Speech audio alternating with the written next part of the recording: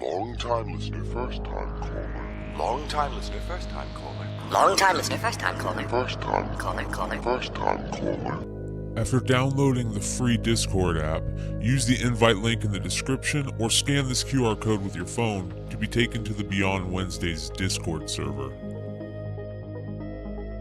First time listener, long time caller. There you will see the Modern Comic Mayhem category on the left with the call-in waiting room. Join that call-in waiting room, set up your camera and your mic, and have your questions ready. Call me now!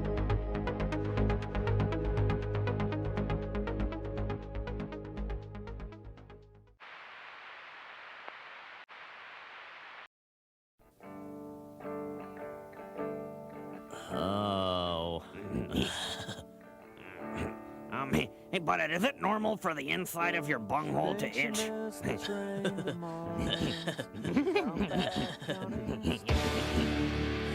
Whoa, is this video over? Yeah, it's over. Well, that was pretty cool. I mean, it sucked, but at least it was short. They should make them all this short. Yeah, really. Then you wouldn't have to listen to them as much. What else is on?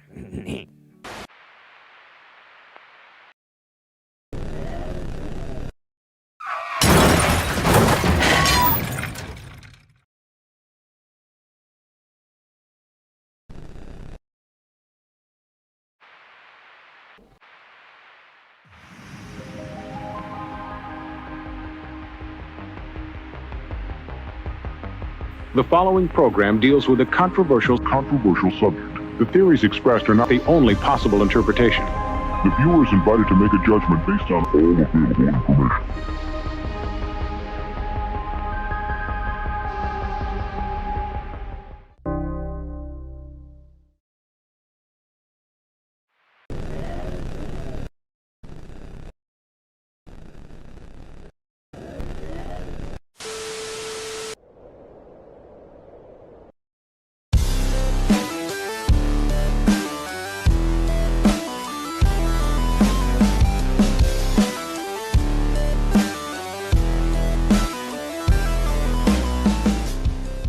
What's up, everybody? Welcome to another Saturday night, another Modern Comic Mayhem. Hood over there reading his complete Frank Miller Batman with glee. Isn't it nice looking at old school Frank Miller? Ooh, yeah, sure. But his Essentia cover like fucking sucked. Like, and I'll still say it, you know. But I hurt some people's feelings last night, Oh, did you? He's like, how dare you talk about Frank Miller that way? He touched me. He touched my pee-pee. Well, listen, you're going to feel real bad about talking to him that way tonight because there's a little backstory to this American Genius stuff. And you're not going to feel too bad. But maybe if you have a heart, a little bad. But, we'll deal with that. Oh, my God, dude. What Bryan didn't tell you is that we're going to have Frank Miller on tonight. So. Hey, well, like, unless he had a stroke, then I'll feel bad. He did have some... Sick? Was he sick? He was at one point in time. Very sick, yes. And I'll talk about it. What are they doing putting, then go another way and put a different artist on that. You know what I mean? Yeah. And I'm strictly talking about the Essentia book. I'm allowed to get pissed off about that. But that doesn't deny the great work that he's had and the cool stuff that he's done. But I'm allowed to be pissed off at the Essentia book. Yeah. So these people that are trolling me and shit like that, they can fuck off, man. The Essentia books suck. The end. Every artist has their shitty book. So be it. Nobody walks on water. Well, the problem is he's had multiple books or not books, covers. His art has really, really taken a hit, right? I mean, there's no doubt about that. anybody out there that thinks that his art is better nowadays, you got a problem, you know. His art is taking a hit. But I'm sorry, Matrix Comic, if I hurt your feelings yesterday, bro. Sorry. I don't think you did. I don't think you hurt anybody's feelings. That wasn't him in the chat. Oh, was it? I don't know. Yeah, like he went off on me and Stein for making fun of Frank Miller. Oh, I didn't see it yet. I have to see that. We're gonna have to read that. I didn't catch that. Yeah, we'll have to read that. Well, okay, then let's go. Let's take a little deep dive into some Frank Miller. We'll have Frank Miller start off the show tonight. You know what I mean? Let's get into it. For everybody that watched House of Stein last night, dogfight. Let me see here. For everybody that had a chance to watch the House of Stein last night, was it last night that we talked? No, when did we talk about Frank Miller? Was it last night? Last night. Yeah. Okay. Yeah, it got brought up in conversation. I don't remember why. Yeah, why? Sorry, you guys. I'm trying to pull it up. Right. He made the almost 10, right? No, I'm just joking. I don't think he made the almost 10. Did he make the almost 10? I don't remember. Yeah. That was too many sessions ago. Yeah. OG, you guys. Remember that. All right, let's see here. Matrix Comics. It says, are Hood and Ben fucking serious, bro? Bagging on Miller like that because they keep glazing Campbell, who's literally been drawing the same woman since the 90s? Miller is an American genius, and I can't believe the disrespect they showed to him at the beginning of the show. Wow, that was fucked up and lame as hell. Well, I will say this. It's kind of funny how they said that you guys are glazing Campbell. That's kind of funny. But the rest of this is like, come on. This is a show. This is a YouTube show. This is what we do. This is entertainment, you guys. This is content. So, like if Matrix is a big time Frank Miller fan, post all your Frank Miller books, put them on your bed, take a pic, put it in IG, and I'll do the same. Let's see who has more books of Frank Miller. Yeah. My thing is, I just hated the Essentia book. That's it. Yeah. Yeah. Well, I remember now. It's because Stein packs are coming back, and he has those books graded. Mm-hmm. In grading. That's how the conversation started. Yeah. Well, yeah, there was I mean, there's no taking away from all the. I mean, he changed the game. I mean, I was working in comic shops when the Dark Knight came out. I was the day the boxes showed up at the shop, opened them up, put them on the wall, handed them out because there was a double line around the building. So. You want to get into a conversation about Frank Miller? I can get into a conversation about Frank Miller. I'm just saying Essentia sucked. Well, listen to this. So there, obviously, there's a new documentary coming out. We'll take a look at the trailer here in a second. But I want to talk about this Vanity Fair article that came out about the documentary. And I'm going to read some of this because it's excellent. It starts off, quote, "Is Frank okay? He does not look well. If I wasn't told it was him, I wouldn't recognize him. Miller has been looking horrible lately. Makes me think he is sick in some sort of terminal illness. In 7 years, he's gone from healthy to really sickly, almost emaciated. I'll pray for him." These are just a handful of Reddit posts and comments from 2014 and 2015 when the declining health of Miller became both alarming and undeniable. Fans speculated that he had cancer or some sort of other disorder that made the writer, artist, and filmmaker, then in his late 50s, look suddenly ancient. Most were sure he was dying, and I'll show some pictures that are pretty off. Miller actually was dying, as he reveals in the new documentary, Frank Miller, American Genius, which confirms that his debilitating illness wasn't anything that his fans guessed. He was an addict, ravaged by years of alcohol abuse. In an exclusive new interview, Miller explains that he used to drink to unlock his inhibitions, fueling the morbid creativity that made him such a powerhouse storyteller. His stark imagery, innovative use of silhouette and shadow, and willingness to plumb the darker recesses of the inhuman heart made him a superstar of the comics world. But as his alcoholism intensified, his body withered, and Miller's own story took a grim turn for the worse. Woo! And if you don't remember, let's look at some of these pictures here. Oh, that makes more sense now because he stopped drinking. He's shaking, and so whatever is coming out now. Dude, if we didn't know that this was Frank Miller, I would think this was on that Deep White Underbelly YouTube channel where he does everything in black and white and he interviews all the addicts and stuff. I mean, you could throw that in there and people would think that was it. I mean, he did not look good. And I remember this. I mean, he went from looking like this to looking like this, like overnight. You know what I mean? Wow. And yeah. It's rough. I mean, look at this. Jesus. That's what, addiction, alcoholism will do to you. Fuck you up. So let's go ahead and watch the trailer.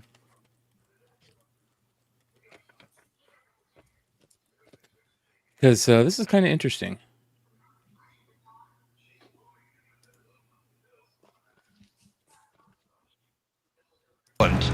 He writes, he draws, he screenwrites, he directs, and he is tops at all those things. And that's pretty damn good. Frank Miller!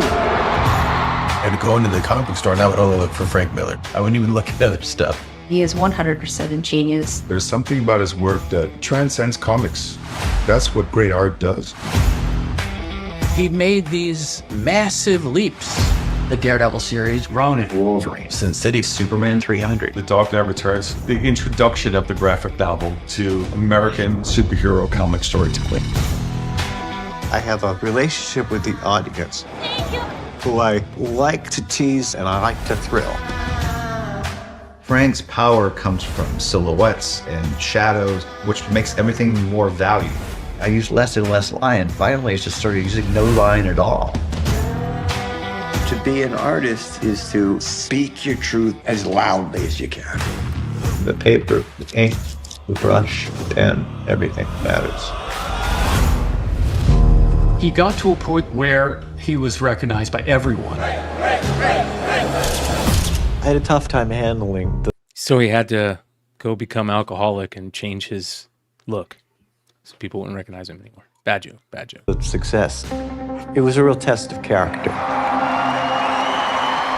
Stan Lee, he said that my stuff wasn't quite up to Marvel standards yet. So he tells a story in the Vanity Fair article where he, at like 14, he took his stuff to Stan Lee at a con. And he tells that story about Stan Lee not, his stuff wasn't very good. And he said that Neil Adams was his hero. And Neil Adams said the same thing to him, like, you need to spend a little bit more time, doing this, this, and this, which is super cool. I don't know if artists really do that much anymore. I'm not a, aspiring artist, so I don't know. Got into comics as an artist, and I had to fight to be allowed to write my own work. It can look like a revolution when somebody's combined things that haven't been combined. In my career, it's when I've taken the risk to follow the stuff I'm dying to do, the stuff that I think would be fun to read. Those are the most intense projects I've had and the most rewarding on every level.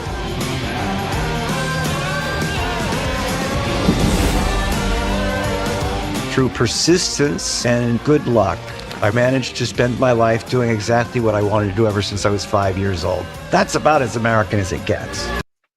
Frank Miller stuff you guys think Frank Miller stuff is gonna have the same bounce that Dave Stevens stuff had? I said last night, his Daredevil stuff, his Dark Knight Returns stuff, like autographed. I think that carries some weight. I mean, I say after the day of the release, give it like 3 months, and then we'll see an increase in whatever prices are now. Yeah.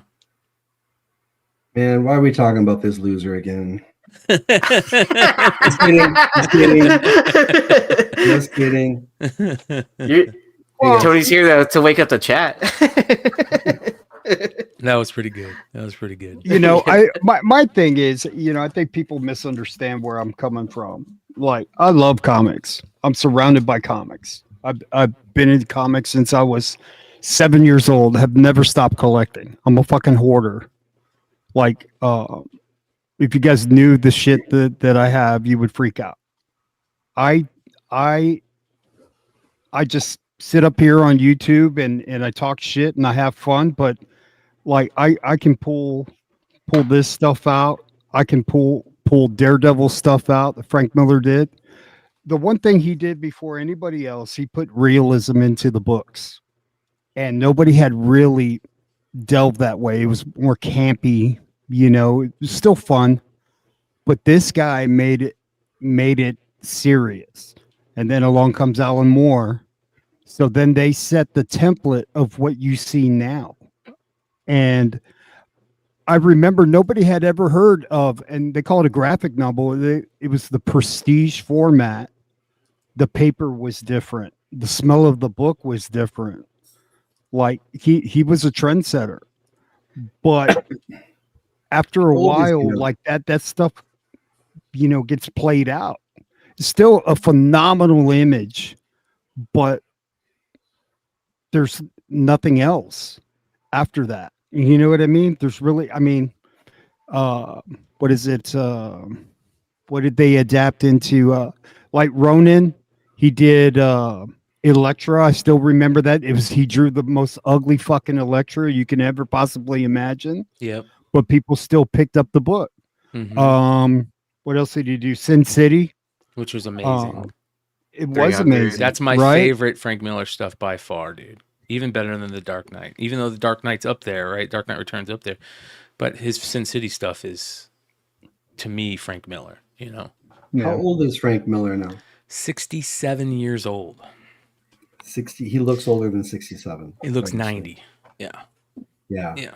And I mean, you can respect somebody and their impact and, you know, everything, their history and their how many people look up to him. And like Stan Lee, like everybody loves Stan Lee, right? But were people really hiring him in the last 10 years of his life to write books? You know what I mean? Like Right. Your work can go down at a certain point, and it looks like it kind of is with Frank. But you know, at no time does that disqualify Stan Lee or a Frank Miller from being like pioneers and Right. You know, trendsetters of the hobby, just like, you know, Adam Hughes, you know, eventually be gone. There'll be another artist, and you know, Adam will be declining, you know, which it would be I hope I'm not alive to see that. You know what I mean? But like it changes people's taste. Liefeld, everybody thought his shit was horrible. Now everybody's coming back to the cable stuff and starting to appreciate what that was. You know, it's just I don't know. Like, you didn't see Liefeld go and you know, and deteriorate. He could still draw if he wants to. Frank Miller, man, is just, it's sad. It's like putting Muhammad Ali in a ring with a young fighter and him getting his ass kicked. I hate that shit. You know, move on, bro. Like, take care of yourself, get healthy. You know? Yeah. Well, maybe he needed money, man. The sad part about this is, you know, a lot of these comic artists sign an autograph. Well, you know what I mean? Well, he does. That's why his stuff's so expensive nowadays. Listen, we think we're still in that kid mindset when it comes to comic book art and comic book creators. We think that they're like millionaires, all of them, and they're not. The vast majority of them have to work multiple jobs and do their comics. It's not like these guys have a ton of money and they don't have health insurance. Well, here's my thing, Brian. If you were really serious about putting Frank Miller out there, then go grab Scott Snyder. Yeah. And grab Frank Miller and have them do a 4-part miniseries on a Batman book. Let them collaborate, and then you can have all these covers from Capullo. I'm surprised. I'm surprised they don't do that. Yeah. I mean, they tried that in the past, didn't they? I mean, it just didn't really work. But that's where Scott Snyder. But didn't they have him write with? Was it Mark Millar or was it somebody else that they had him write with? Brian K. Vaughan, somebody like that, for the DK3 or whatever it was. Wasn't Andy Kubert part of that team? And who else?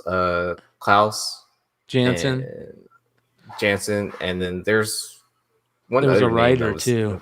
So chat will let us know. But yeah, I agree that DC and Marvel need to do more of that period. They need to do exactly what Mark Miller talked about in his little roundtable session after the whole Glenn O'Leary thing. Marvel and DC need to bring back the monster writers of the past, and a couple of them every year to write some major storyline in a book or an event or something. They need to do that. That is what's missing at the big two. It just, they don't pay enough. They don't offer, and that's the big problem. Also, these guys, like Mark Miller said again, these guys can go write their own IP, sell it to a movie studio for an option, and make 5 times the money they would writing or drawing a story for Marvel. You know what I mean? Right. So you make a good point. And talking about like the creators, some of the old creators, if they were big enough, Marvel or DC maybe has brought them on as to like executive produce some project for TV or movies, so they can get a little money that way. But have there ever been a deal where a creator actually gets compensated for the character they created just outright, or the stories that they wrote, or the pictures, at Marvel or DC? Yeah. I don't know. That's a great question to ask, like Dan DiDio or, Joe Quesada, somebody like that. That was an EIC at the time. I would love to get Dan DiDio on the industry show and talk to him. That's something that we're trying to do. And those would be good questions to ask, How hard would it be to have some sort of system? It would be in their favor too, to have some sort of system, like if you're a writer or an artist on a book, or if you're attached to a certain character for X amount of time, let's say you earn points. So if you're on Batman for 1.5 years, you earn X number of points. And then you get paid on those, like if they do a Batman project, those artists that have been contributed to Batman, maybe more so if they use some of your plot points or whatever. Like you get a little tiny cut, you know what I mean? Well, sooner or later, that would also give the artists and writers more motivation to, maybe you might get a big name writer come in and say, yeah, I want to do Batman for a year because I want a little piece of it. Well, they should say if any of the art you create or you come up with is used on another project at DC, we'll give you part of that cut. That should always be there. Right. Yeah, but they're treated more like freelance contractors, if anything. Yeah, it's still in the 60s. Like, you create this for us and we own it. Thank you very much. Here's a watch. Shit, what was I just gonna say? Sorry, you guys. It was a good pre-show session. Damn it. I was thinking about something about that. Anyways, cookies? What's that? Was it cookies? No, it was something you were talking about the compensation system, and I can't remember what it was. But anyways, I think the compensation should be based on sales. Like if the work is good and it sells, like you should be compensated for that. Yeah, right. But I think, but that doesn't mean that that's the end all, right? Like if you're on that title, you should get something. But if your book takes on another level where it pretty much puts you back in the game where people are picking up everything on that title. I mean, that's where you should be fully compensated, because nobody, like, and I always go back to Donny Cates. Like, he would just talk about a book, right? You remember that Carnage book? He just talked, and it became $100 book. Mm-hmm. Somebody with that influence, like, deserves some kind of compensation. Yeah, but I think the sales of the book don't, there's not a lot of profit in the comics. This is like a farm system for licensing and for movies. So that's where the money is. If Donny Cates did a great job and, or wrote a storyline in Thor that gets used, then yeah, Donny Cates should get a little piece of that movie, Mm-hmm. Yeah, they get something. It's called the Eisner Award. Yeah. I mean, I don't know if that translates to money, but no, it doesn't. And I'll tell you why. Maybe here if in you a sell second. the Eisner Award. Liefeld, it's Anteros, and another person mentioned that Liefeld said he gets residual for comic books. Well, he gets residuals for comics because he put that into his contract. That includes like when Marvel brought him and Jim Lee back. I'm sure Jim Lee put in his contract for that, because they wanted those two guys so bad that we get residuals on all of our past stuff or something. They aren't getting residuals because Marvel freely offered it. So like, Bro, you have to have that paid pull. them over $1 million to come back. Yeah, right. They gave Liefeld to fuck Captain America, Avengers. Liefeld has the most selling Avengers issue ever, still to this day.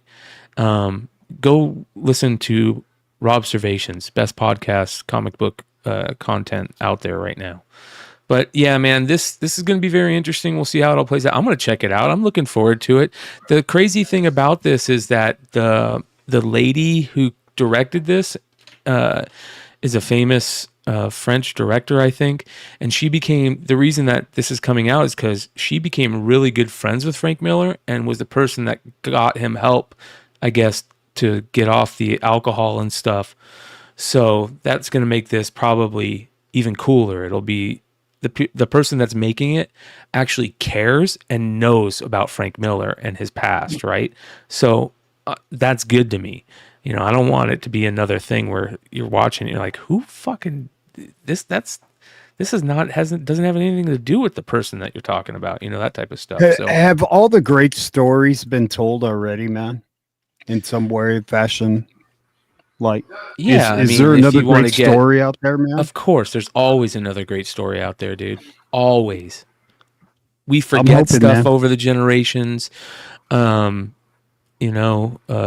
famous story tropes throughout the years that come from the old stories that when man first started to tell stories.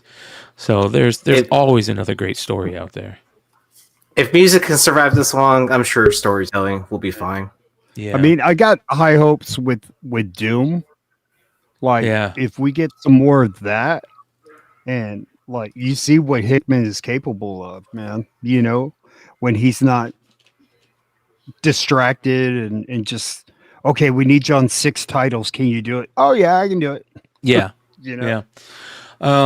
We got something special coming up, you guys. We're gonna bring in the crew of Blank Canvas. I don't know if you guys have been following Tillavision and what he's been doing with Blank Canvas and Tilla? shit. Yeah, dude. So Tilla's gonna come on here in a second. We're gonna talk about that. I think they're getting ready for San Diego, and they got this big thing going on with another website, I believe. They were talking about it earlier. We'll let them talk about that. So as soon as Tilla gets here, we'll bring him up with his new compadre that's working on Blank Canvas with him. So we're just waiting for Tilla. And what else do we got? We'll hit FOC for a little bit tonight, like always. And yeah. There you go, man. Some other interesting stuff out there. Did you guys see the Lady Deadpool stuff too? We'll talk a little bit about Lady Deadpool. So, did y'all watch Star Wars Acolyte? No. I heard. We'll talk about it though. We'll talk about that. So I did. Okay. Yeah, we'll definitely talk about that. So, all right, one sec here. All right, It wasn't horrible. Let's bring in our boy Tilla. What's up, brother? Oh, you're on mute. We can't hear you yet. Your mic isn't working. What under the dota? Check your check your mic in StreamYard. We'll wait for him to jump on here. But through my voice. Yeah, he can hear us. That's a good thing. All right. The cosmic one. I gave my acolyte 7 of 7.5. Yeah. It's because we can't see what latest art he has on his back wall. Now we can kind of hear you. Can you hear me okay? Yep. Now we can hear you. Is it quiet or loud or? It's is it quiet. Okay? It's quiet. Let me try one other one. Hold on. All right. Yeah. Nope. Check 1 2. Nope. Nope. Nope. 1 2. 1 2. 1 2. That's nope. good, but it's the same. Okay. All right. Good enough. Good enough. Good enough. All right. Yeah. How's everybody doing? What's up, brother? How you been? Doing really good. Really good. Bryan, I don't know if if I had gotten the StreamYard link earlier. So sorry if I'm late or whatever, you're good. but I didn't have the link, so I'm just joining now. You're good. We got your partner in here. We're going to bring him on in a second, but I just want to catch up with you real quick. Yeah, man, how you been? What you been up to since the last time we talked? So much. Just creating a lot of things behind the scenes, working on a lot of stuff. Been working with Nicki Minaj on some tour related things. I just finished a music video for Young MC. Wow. Bust a Move, which I'm super hyped about. And he's really excited about that too. So I finished a video for him. I've got a platform that I'm launching called Metaverse. It's a 360-degree virtual website platform builder. And I sent you one of the websites we built with the platform for the Blank Canvas comic book. So we used the platform that I am creating with my brother to make our own website that's explorable 360-degree virtual sites. So we have a few of those we have 4 Grammy award-winning artists that are joining our platform in the next 2 weeks. And, oh wow, that's exciting. I can't say any names, but we can start guessing, and you could I'll say Black Hole Sun. Scratching my head. Wow. Okay. Yeah. Nice. And let me see. Cop Killer. Nice. Nice. Hey, man, 6 in the morning all the time on the pre-show. So. What's that? I said 6 in the morning all the time on the pre-show, baby. Okay, so. Nice. And then one other one. I like this game. No more Mr. Nice Guy. Nice. Oh wow. Nice. Yeah. Cool. Yeah. That's cool. Big, wide range of artists I'm working with, from Nicki Minaj to No More Mr. Nice Guy. Nice. So, that's really where I have a lot of fun being in the position where I can work with all these different artists from all the different genre of music that I love. And then at night, I turn into Batman and I jump into the comic book world and I get into the comic book stuff. And that's cracking too. One of the things... The reason that you came on the channel first and the reason I met you was because of the comic book stuff. Ultimately, it was back during the old school on the radar days. We also talked pretty heavily about crypto and NFTs and stuff, and you got into that also, which was very cool. And you're kind of meshing the two in a way, which is nice now. And the other thing is that you've kind of leaned into the whole AI thing and I know we always bring this up, but I'm just going to bring it up. You leaned into it in a way that is respectable, right? And in a big way among comic book fans and artists out there. You're very open about it. You said, this is how I'm using it. I'm using it in a way where I'm still creating art and I'm still writing stuff and spending my time making this, what I do use it for, I use it in little patches and you're still writing storylines out and helping. But now even more, you've gone and you've brought a new compadre in on this. Before we bring him in, talk a little bit about B. Earl. I'm so excited to have B. Earl, writing this project. So last year we put out Blank Canvas, which was kind of like the Ashcan edition. Yep. And it was we put out 200 copies at Comix Pro. Yep. And it was very well received. This is the official release. However, with this one, I really wanted to, I just wanted to up the ante a little bit and make it even better. So we did a complete rewrite. All of the artwork has been upscaled and upgraded, and there's 8 new pages. And then I got B. Earl, who is my favorite comic book writer. I brought a couple of his books here. He did, if you guys can see, Neighborhood Deadly Spider-Man. I don't know if you Friendly Neighborhood Spider-Man, yeah. Lost in there. Yeah. Neighborhood Deadly Spider-Man. Maybe this is. Oh, that's Blank Canvas. There's another one by Ben. Yeah, so he's got his chops. Yeah. He just did a Daredevil and Echo book. He did this Edge of the Spider-Verse, where he actually created a character for the Spider-Verse called Dream Spider. Yeah, Dream Spider, which is, so this is his original character. Very cool, entering the Spider-Verse. And now he's writing for the Blank Canvas. Me and Ben really connected over the book. Well, I mean, we've been friends for a few years now, but he showed me Promethea by Alan Moore. Oh, and, yeah. Me and like he reads tarot cards. He's all into the esoteric, and me and him go to the Philosophical Research Society out here in LA. Yeah. They've got he'll do talks with the Joseph Campbell Foundation. Nice. So, and he's working very closely with the Speaking Joseph of the Campbell hero's Foundation on journey, some yeah. things.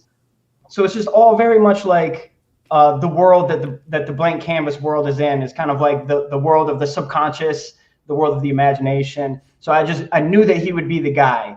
Well, and listen, he took it to the next level, and I'll let him tell you a little bit about it. Yeah, it sounds like it. Let's go ahead and bring him in. But first, I want to say I think this is a first for a guest on the show. We get to hang out with him in his car. Ben, how's it going, brother? Hey, can you hear me? We can hear you, man. What's We can up? hear you. How you doing? So nice to meet you, brother. I'm good. Yeah, I hope that that intro was worthy of your time and presence. No, that was awesome. It's funny. Tilla and I met a few years ago, and I was working on the first issue of Deadly Neighborhood Spider-Man. It's the only Spider-Man named Deadly Neighborhood Spider-Man out there, and it was a lot of fun. So we connected over comic books, NFTs, crypto, all sorts of emerging technology, artificial intelligence, all that stuff. So yeah, I'm really excited to be here. Really stoked. We're checking out the new 3D 360 3D immersive web page that you guys created. That's fucking awesome. Holy cow! It's so rad, right? You can What's wander nuts around. about this, okay? What's crazy about this is in the book Promethea, there's a spread that is a figure 8. If you guys know that page. It's a figure 8, and you can read it in any order because the characters kind of walk in this figure 8, and you can read. So I wanted to take that same concept. Ben actually did an amazing version of that in one of these Spider-Man books where he did like a spiral, and he like did this crazy spiral page. So with this sorry, go ahead, Ben. No. I was just laughing, man. Yeah, that crazy spiral page. It's a fun one. We can talk a little bit about that if you want to at some point. But yeah, I love that. But with this website, I wanted to take that same concept and say, look, how can I take this one step further? So if you follow the path of the character wearing the red scarf, he walks in a circle around you. This is a 360-degree image. So just follow his path from left to right. You can see him on the left. He walks into the picture. He walks out of the frame. And then he continues on his path to the right. and yeah, you can just keep going, and then he goes through a door here on the right, and kind of like, you know, transcends here. Look at this, image. Jesus. So this is a 360-degree comic just for the website to promote the book that we have coming out on Monday. But, you know, this is just, we're trying to elevate visual storytelling here, you know? This is great, man. There's so the things that are pulsing are those things you can click on, or what? You click on those, and yeah, you'll get different inspiration that we put into the book. So, you know, we've got, we call this Blank Canvas is a mix of Alice in Wonderland and Fear and Loathing in Las Vegas. So, you know, it's trippy to say the least. But yeah, so you're gonna see all the different pulsing items. If you okay, yeah, that one, click back to the page. So it's just to educate. If you click on the icon in the bottom right hand corner, yeah, that one, you have, these are all scavenger hunt items. So the items that you've clicked on, you can see, and the ones that you haven't, those are the BCs. And then if you click on the other tab, so there's another tab in that menu. Yeah, we have a SoundCloud player. This is an album. We used Ben's words that he wrote in the book. We used to create songs. So you can read the book and listen to the songs, and the lyrics are the words from the book. So, oh, this is an instrumental here, but click the first one maybe. All right, here we go. Oh, it stares back at me, the zero, the unknown. Yes, I was going for, you know, like, it's the vibe of the book, you know, and you can vibe with that later, but you can literally read it as you're listening. And I don't know anybody that's done that before, but we have an album for our comic. This is amazing, dude. That's so cool. Thank you. Thank you. Oh, and then in the future, you'll be able to jump to other rooms. So through that door in the back or whatever. So you'll be able to go one environment to the next environment. We can open it up to fans so they can have their own rooms that they can customize and add their own objects to that will transport you to other rooms. So you can see this is, it's an explorable website that is gamified because we have the scavenger hunt. And the scavenger hunt, you find all the items, and that can unlock discounts or new rooms. And I told you we've got those couple other artists that are joining our platform in the next few weeks, and we're going to continue growing it. But I love the storytelling aspects of these 360-degree websites because it's fun to just kind of point and click. You know, I always love point and click style games. Yeah, so, it'd be so cool to experience this through an Oculus. You know what I mean? Oh wow. Yeah. Yeah. The Apple Vision Pro. I haven't tested it in it yet, but it works for it. It does. Yeah. So, you know, I'm just gonna play around on this while you and Ben kind of talk about what's going on. What are your plans coming up? How are you gonna roll this out and all that stuff? Well, we're dropping on crypto.com on Monday. We're already on the front page of the website. If you go to crypto.com/NFT, we're dropping there. We've got 4 NFTs. If you buy 2 of the NFTs, 2 specific NFTs, you'll get a physical book. Every purchase, though, comes with a digital copy.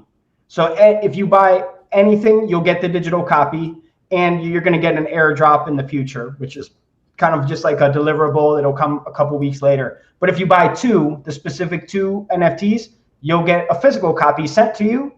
And crypto.com it accepts crypto and card.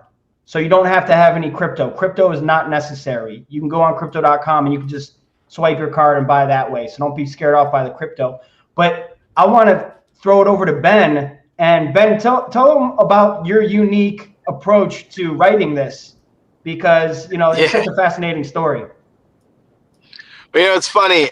So when Tilla hit me up about this project, and by the way, sorry, I'm almost to my destination. We're playing a show tonight in Venice. So if anybody's around in the Hollywood, LA area, we're down at Trip tonight. What's the name of the band, Ben? Music.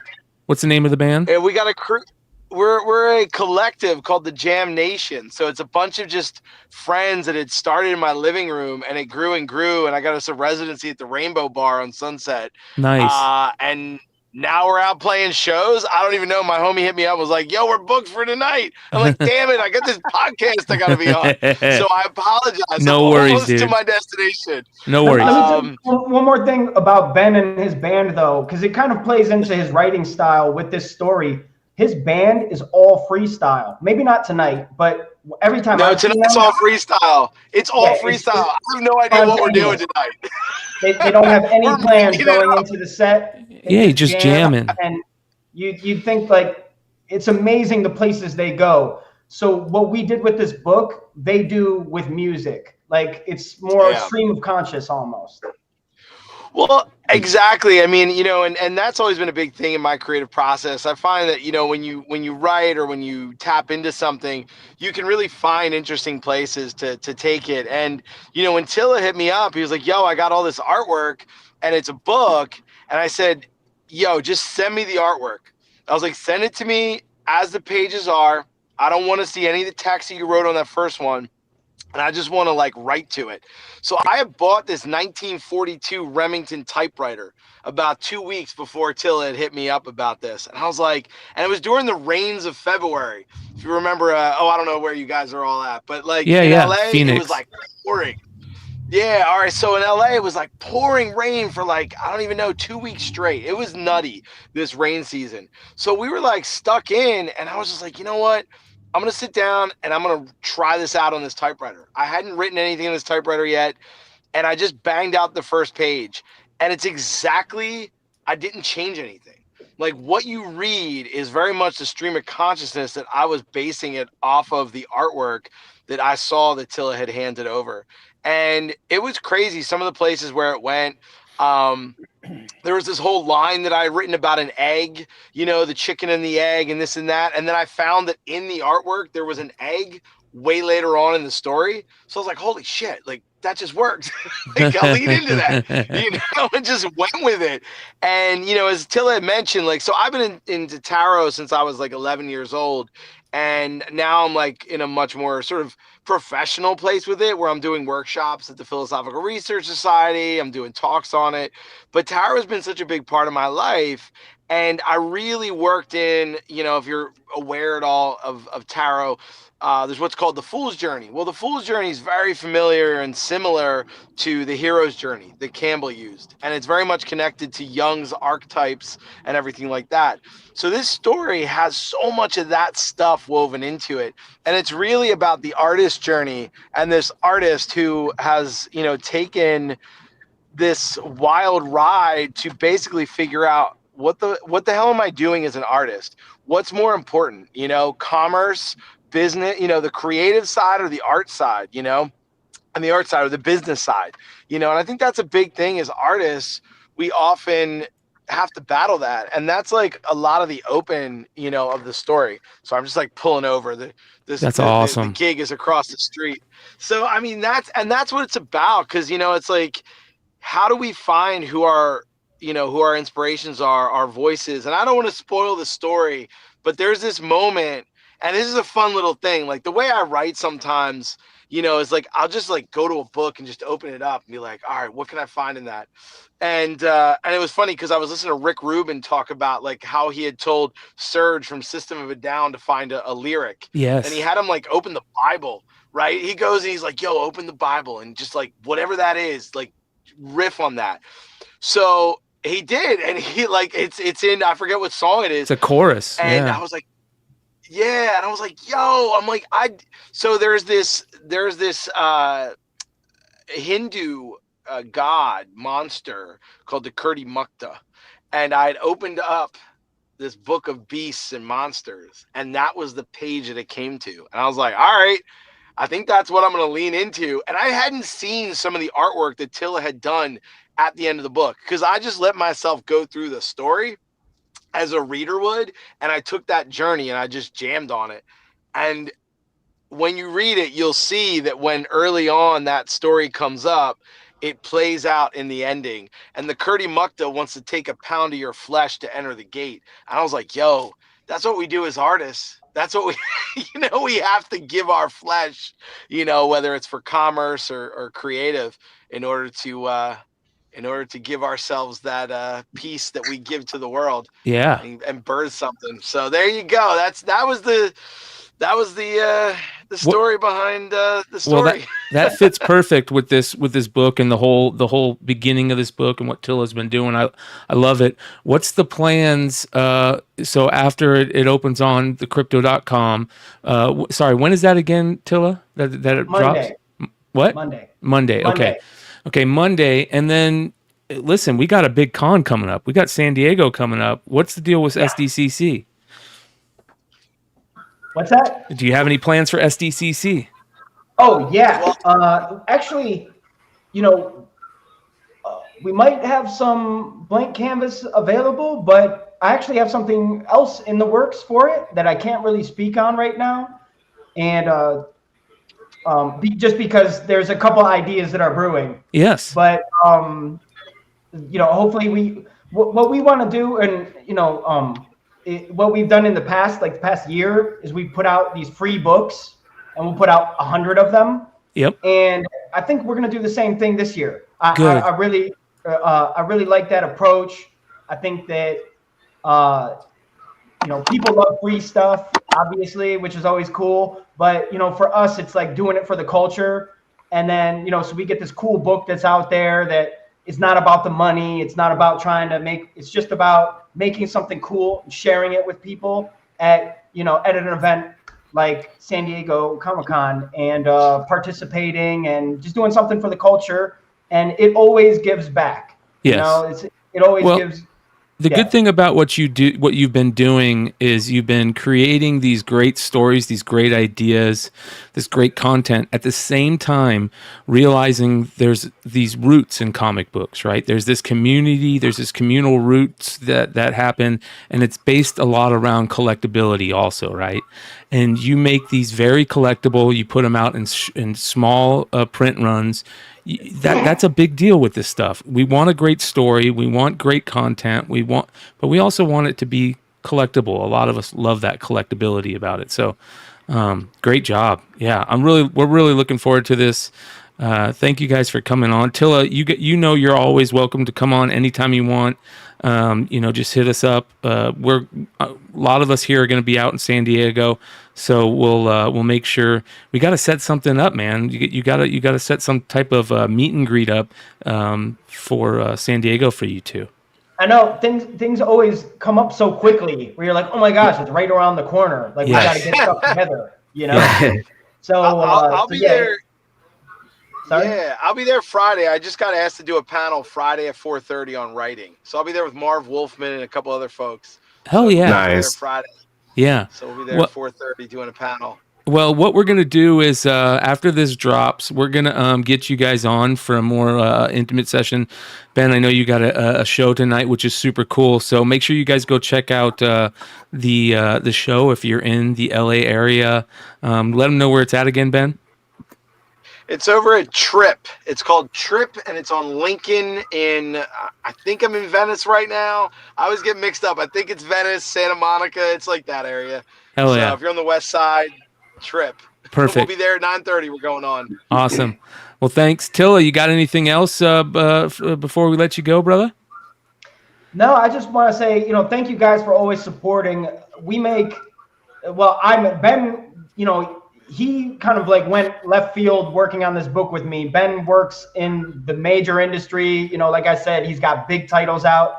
I'm an experimental comic book artist. So I just appreciate you guys having an open mind, allowing me to come in here and show you my book and talk a little bit about it. But I'm also here to learn. I've learned so much, like watching your show and listening to you guys rap about comics over the last year. I'm continuing to learn. So, I just hope to show and prove. And if I'm screwing up in any way, I hope you guys call me out on it. Tell me. We will, brother.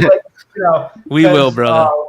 We're here to add to the culture that's given so much to us. We want to give back and do something different and just offer an alternative to, the same old stuff that's going on. We want to do something a little different. Well, you guys are doing it in a very respectful manner that we love over here, and we'll continue to rock with you as long as you continue to do the way that, like you said, you want to be part of this, and you love this community, and Ben working in this industry and being a comic guy, it sounds like he knows how important that is with this community. So much love to you guys. Tilla, appreciate you, brother. Anything that you do, we're gonna rock with. So we'll see you guys soon. Appreciate it. No worries, Tilla. I'll talk to you later. Ben, nice to meet you. Have a great show, brother. Later, guys. Thank you so much, guys. Thank you again for having us on. And Tilla, man, I love this guy. Like, he's pushing boundaries. That's why I was like, yo, I'm in, bro. Whatever you want to do. Hey, this goes on sale next week, Tilla?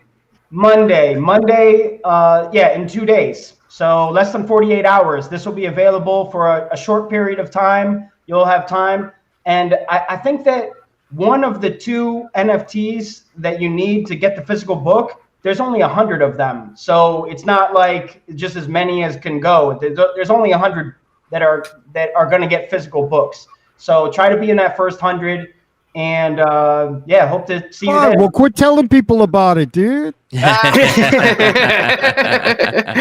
Follow me on Instagram @Tillavision to follow all the updates. I've got something I'm working on right now that I'm going to put out on Monday that is going to crack you guys up.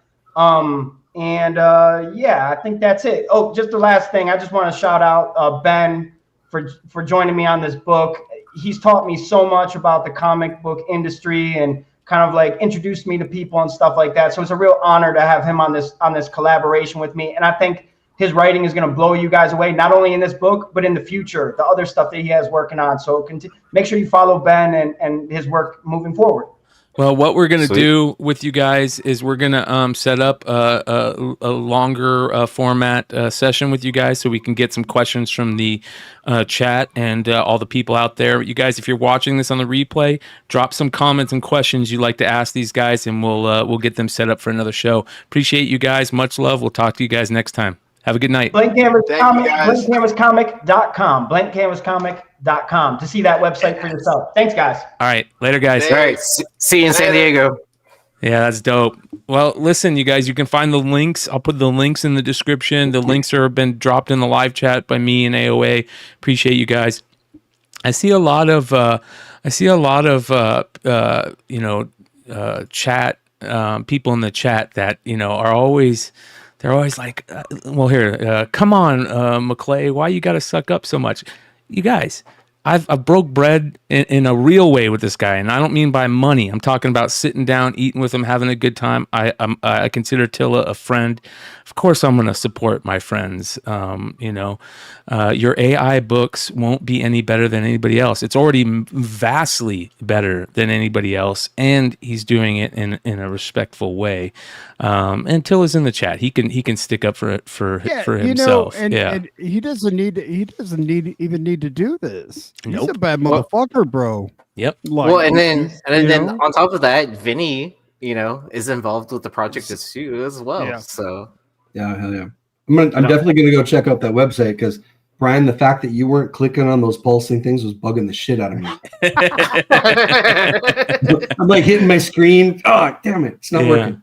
Well, I heard about it last week, and I told Vinny and Tilla that I wanted to bring them on Saturday night just for a minute because I know they had other stuff going on, but it was very cool that they were able just to jump on real quick and explain it before it drops. So you guys got a little cornbread.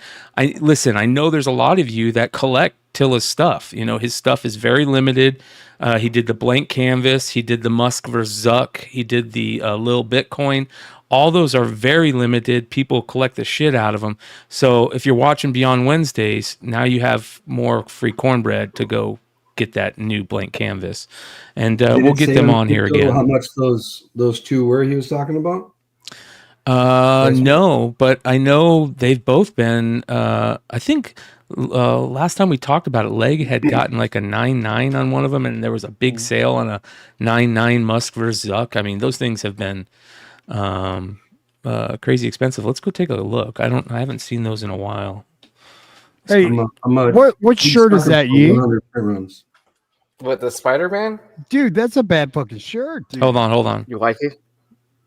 Yeah, it looks almost like Scotty Young almost. Yeah, that's nice, Yeah. man. I used to work at Think Geek, so got Okay. pictures. Yeah. All right, let's see here. Let's see if the Muscular Zuck. He did two. Look, whoa. Hey. He did two versions of Mus vs. Zuck. He did the Superman colorway and then the first print colorway. So the first print is just red and yellow, and the second one is blue and red. Wow, these are prices. Yeah, let's see what sold copies are. They're not that high. $350 for a 9.8 on the first print. $50 for Hey, the Vinny second signed print. it, dude. Yeah, Yeah, I was gonna say, is signed that by Vinny Tilla signed and copy? Vinny. Yeah, signed by Nice. Tilla and Vinny.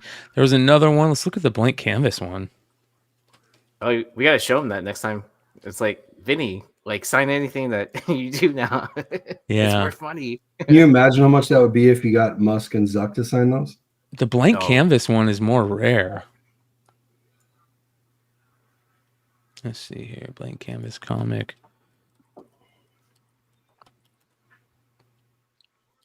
I think they released blank canvas at the Comix Pro. Was that at Comix Pro or C2E2, something like that? Comics Pro. Was it Comix Pro?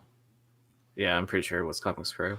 Yeah, I don't see any. Let's go. Let's take it off sold copies. Oh, there's the AI for Prez. That was an NYCC one that he did. 39. Yeah, I don't see any. The blank canvas ones are rare. Those were the little Bitcoin, I think, was the first one he did. So, but anyways, yeah. Shout out to Tilla. We rock with Tilla. Tilla's a good guy. Should we be concerned with Skynet? Hey, you gotta love internet chats, man. They have a reputation for a reason. That's why we don't block people on here. All right, you gotta have thick skin to be able to be in this game, and Tilla's got thick skin. Yeah, yeah. Unfortunately, there's a lot of people that don't, man. A lot of 40-year-old babies in this thing called comic books. All right, let's go through FOC with our boy Lefteros. Lefteros. Call him Lefteros. All right, here we go.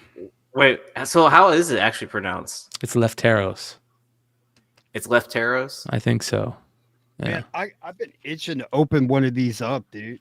Evidently, there's supposed to be a hologram scarce on these cards. Oh, where did those come from? I don't remember those. These came out in 2004. Dude, let me see. What's in them? Cards? Those are cards? Cards. Whoa. Yeah, homie cards. Those are awesome, dude. I got them a while back. You remember when I picked these up? Like a few months ago, I want to say. Those are No, man. I got them last year. Was it last year? Was it that long ago? Yeah. Yeah. Lefteros is in the chat. Shout out Lefteros. Can you see what these are going for, Brian? Yeah, I'll look it up. Let me see here. I just looked up and I forgot I had these. What are they called? Homie swap cards? Yeah, homie swap cards. The baddest on the block. 7 cards per pack. 65, 30, Damn, 65. Oh, 39. 35, 29. Are they bidding on it? No. $40, $35 for a box. I paid Didn't you $5 a piece. Yeah, I was gonna say, didn't you buy them for really cheap? Look at this. Homie Series 12 vending display card. This is the card that they put in the little machines. Oh, yeah. Sold for $300. That's crazy, dude. That's cool. Did you ever see the documentary on the homies? Hell yes. Dude, that was awesome, man. Dude, I was so into collecting these. When these were out, I was in the fucking deepest, darkest phases. With the Pitbull, dude. Yeah, Dude. I was in the deepest, darkest phases of my drug phase, and I would collect the shit out of these, man. I mean, it was crazy. Look at this, Series 1. Look at that. It's about the only thing I collected at the time were little homies figures. Because everywhere you'd go in Phoenix, they would be out on the corner in those little machines. Man, here they are. Look, in the little baggies. Yeah, different variants. While you're waiting to score your little baggie, you're picking up these. Oh, well, that's why. Every time you would go to do pick up your stuff, you were in a parking lot of a grocery store or some bullshit, some scary place, seedy ass place, and they always had New Times and homies, and you'd sit there and while you were waiting, you'd buy homies. That's what it was. So. Anyways, let's get out of that. Back to FOC and our boy Lefteros. For the week. This week's FOC, you guys, is fucking packed. And it's got one main book that everybody's going to be buying. Starting off with Absolute Power #1. This is the new series, the new event that's going to happen at DC. First full team appearance of Task Force 7. Mark Waid and Dan Mora on this one. Annihilation 2099 #2. Great Nick Bradshaw cover on this. Look at that. First appearance and cover of Star-Lord 2099 and Quasar 2099. We talked about this event storyline the other day. I think it's cool. Falling in Love on the Path to Hell, second print for #1. This is a story about a samurai and gunslinger who meet in purgatory, and that's fucking cool. That sounds awesome, right? Yeah. Spider-Boy #9. Solicitation states that this issue will feature at least one spider we have never seen in Marvel pages before. No way. A new appearance of a spider character? I can't believe it. Here's something surprising.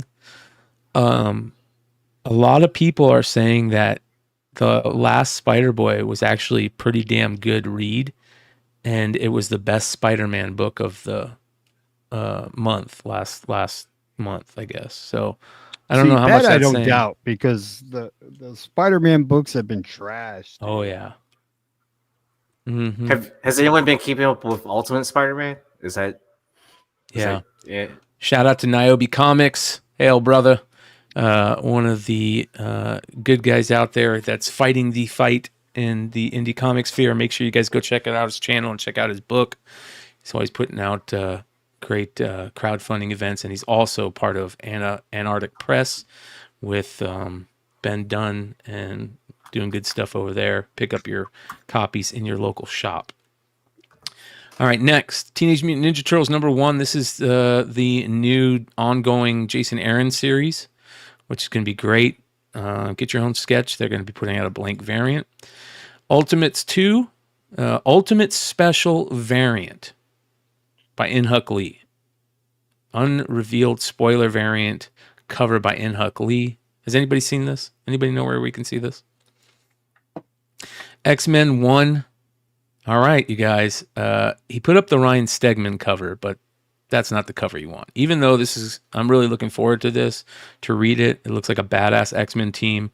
I hope it's good, but that's not the cover. But we'll talk about the cover here in a second. Make sure you guys go check out Cover Price and Lefteros' write-up on coverprice.com.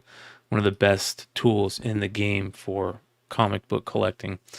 All right, let's go to our boy Billy's at Economic and Comics FOC page, because it's easy to look at the books quickly. Listen, I do want to give a quick shout out to Billy. Send some positive thoughts and prayers and love over to Billy and his mom. His mom is going through major surgery, and send thoughts and prayers out to him and his family. He really needs it right now. And yeah, it's just something good to do. So love you, brother. All right. Ultimate Power #1. It's got that dope cover with Superman, Batman, Wonder Woman, and handcuffs. That's kind of interesting. So, but here's the book, you guys. Oh, yeah. This is the book. Mama. Yeah. Mama. Let's glaze over this one. Yes. We're going to glaze everything with this one. Yeah. Jesus. What a great. There's a 1 in 100. And that 1 in 100 is going to be crazy. It's going to be nuts.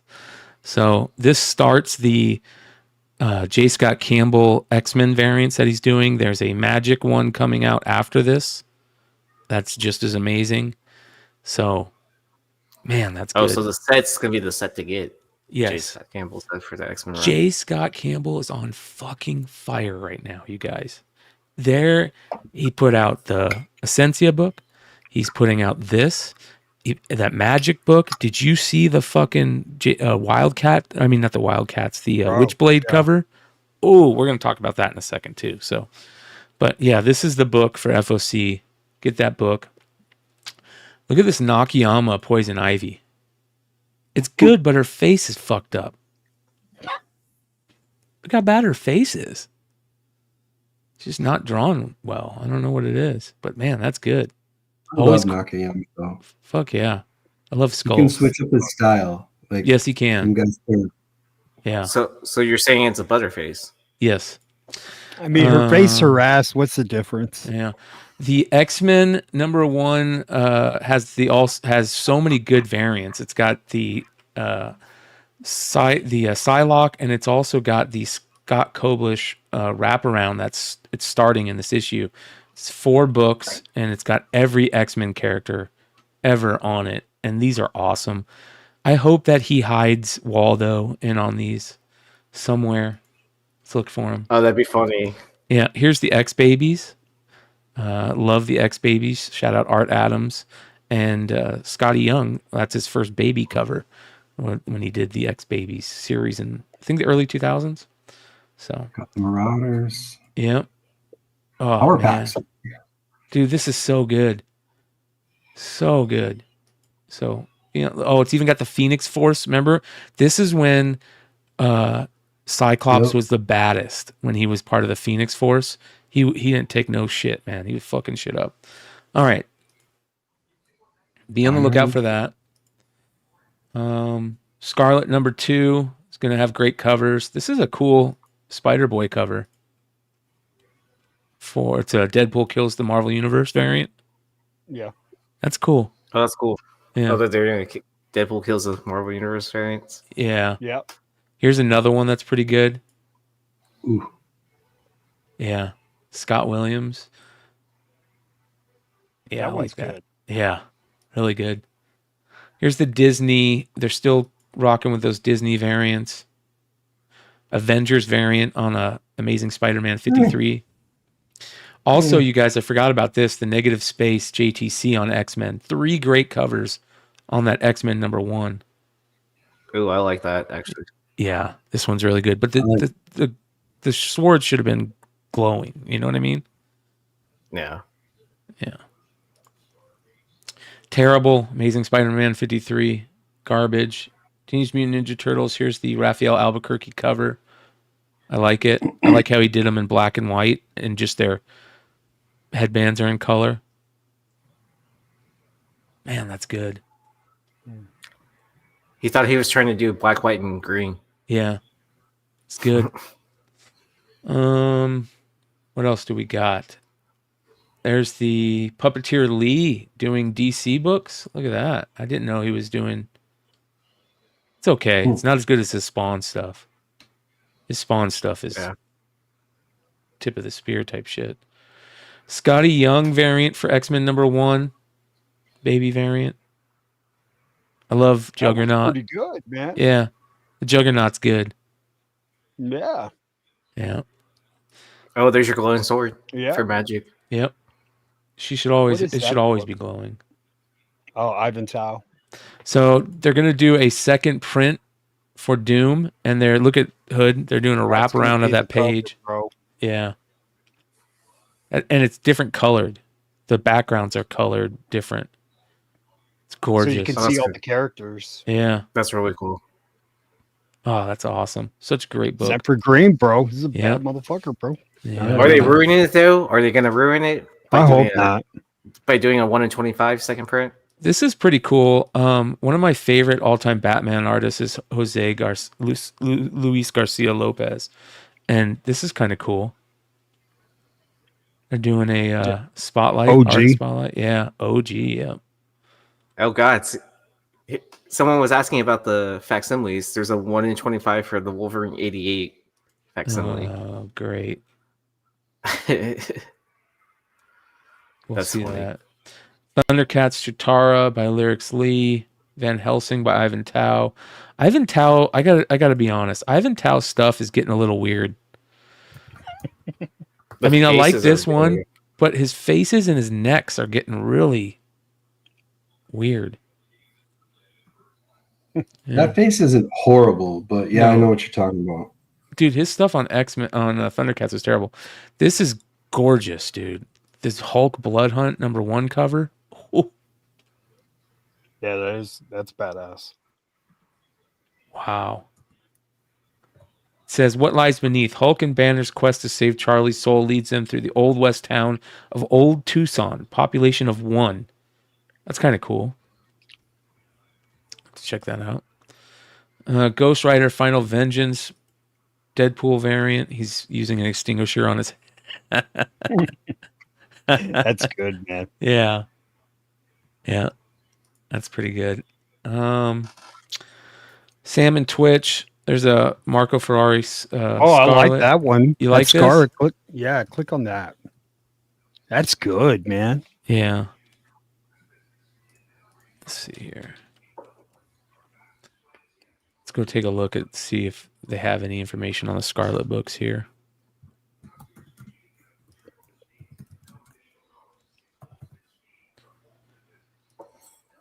All right.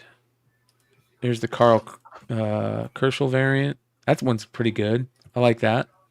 It's actually a little interesting, very angular on the muscles, but I like it. It isn't terrible. The elbow's a little weird, but yeah, it's very cool.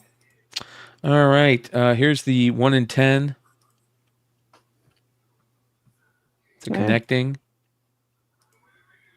1 in 10. 1 in 25. Ooh. Yeah, bro. That's badass. Paulo Rivera. I need that.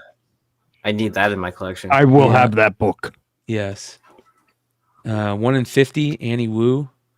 Mm. Yeah. And then there is a 1 in 100, but we're not seeing it yet, I don't think. So see that one, that looks like Albuquerque, right, dude? Yeah. The Marco Ferrari? Yep. Look at this Savage Dragon. You remember Savage Dragon had the Mickey Mouse moment? So they're doing a 271. Look at the cover. Or Mickey's coming after him. Yeah, I think that's funny. All right. Batman 150, more absolute power. Rook Exodus #1, third printing. That's a cool third printing. It looks badass. I love how the beak comes all the way down. That's fucking cool. Space Ghost #3, Matina, more Thundercats. Look at the Souza Micah. What do you guys think about this? The trade dress ruins it. It's not her best. Yeah, it's not her best. Coloring's off. Yeah. Yeah. It should have just had the Thundercats logo, and the Chitara should have been in the bottom right. So, Nemesis. This is a weird cover for Nemesis Rogues Gallery #1. Oh, Jay Lee, man. Yeah. It's got an He stepped eyeball. on an eyeball. Yeah. Yeah. Shit. Wolverine Blood Hunt. Let's see here. So, giant size Silver Surfer #1. Let's take a look. Let's see here. See what the variants look like on this one. If there is any. Oh, there's a very cool David Barden. That's cool. I like these for some reason. Oh, it's like the stamp book or whatever. Yeah. I like that. Yeah, that's cool. And then there's but they're not, none of them are ratio or anything, so. That's not bad. Yeah, it's not bad. Ghost Rider, Final Vengeance, #5. Let's see what the variants look like for this.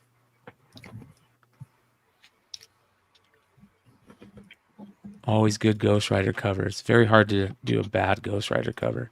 It'd be oh, no ratios. Just like that Deadpool and this. That's really good. Andre Bresson. That's badass. All right. Oh, didn't mean to do that. All right, next. Let's run through this. More Salmon Twitch, more Jose Luis Garcia Lopez Artist Spotlight. Big Burn #1. This is a Jay Lee cover. That's pretty cool. What is this about? Distillery. New series. From the creative team of Skyward. Remember Skyward? That was supposed to be a big book. But kind of never took off. Look at this one. Bear Pirate Viking Queen #3 is coming out. That's cool.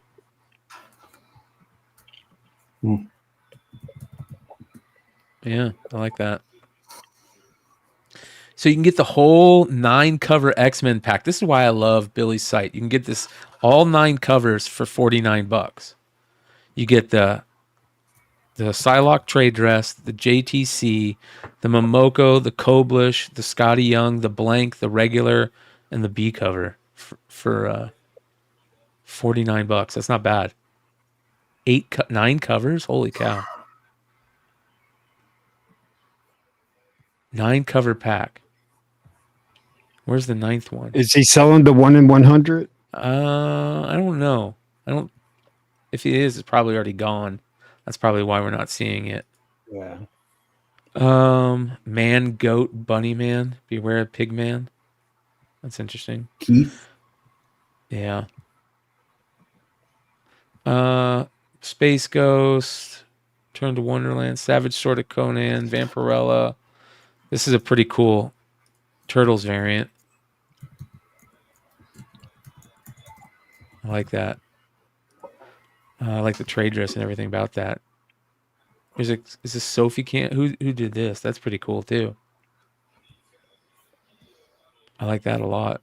Another Turtles one. You guys gonna be reading that? You guys gonna check that out? Which one?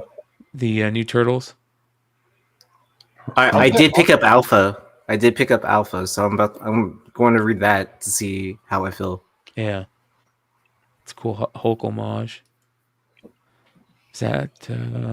Let's see here. Scorched, Spawn, Scorched. Ooh, look at this. That's awesome. I love that character. Haunt's such a cool character.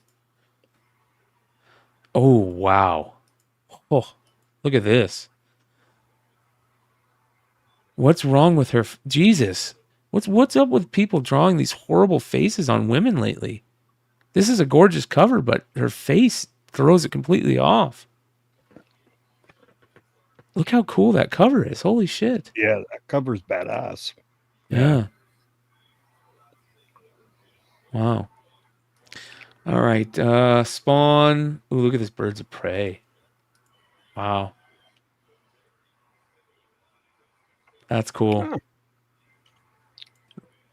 Ooh, this is a good Batman 150 cover C. I'm okay with that. Her face is supposed to look fucked up. That's a good cover. Holy shit, that's a good cover. Wow. Momoko. This, okay. That's not a bad Momoko for Momoko. Just because of the sword. Right. Yeah, the sword looks cool. Yeah. So, Psylocke looks a little fucking rough, but it's Momoko style. Oh, peachy. Yeah. This red coat third printing is awesome too. I'm just not a huge fan of Bryan Hitch anymore. But it is what it is. They should make that out of hemp paper. Yeah. Give it a real look. That is a cool show cover, yeah. Space Ghost. Ooh. What's this? That's weird. So I looked up the Wolverine 88 facsimile 125. It's just a reverse of the original color. So it's Wolverine with his arms up. Yeah, that makes sense. I'll look at it here. Let's go ahead and do this. Another non-facsimile facsimile. Yeah. But there's only 1 in 25 of them. This is gorgeous too. Oh, that does look cool. Yeah. Those are cool Second colors. printing. Souza. Yep. Yeah, that's pretty good, man. Yep. I like that. I love these blood-soaked second printings that they're doing. They look so good. Damn it, I hate doing FOC shows. I know. But at least I'm not like super drunk to order like 50 or something like that. Oh, that looks good. There's the blood-soaked. Oh, here we go. Nice homage. That's the Deadpool homage after Jim Lee. That's good. I like that. Yeah. That's really good. The art's really good on it. Martin Coccolo. Wow. Here's a Del Auto, the connecting for Amazing Spider-Man. That's pretty good. Look how cool Mysterio looks. That's really good. That's going to be a cool connecting cover.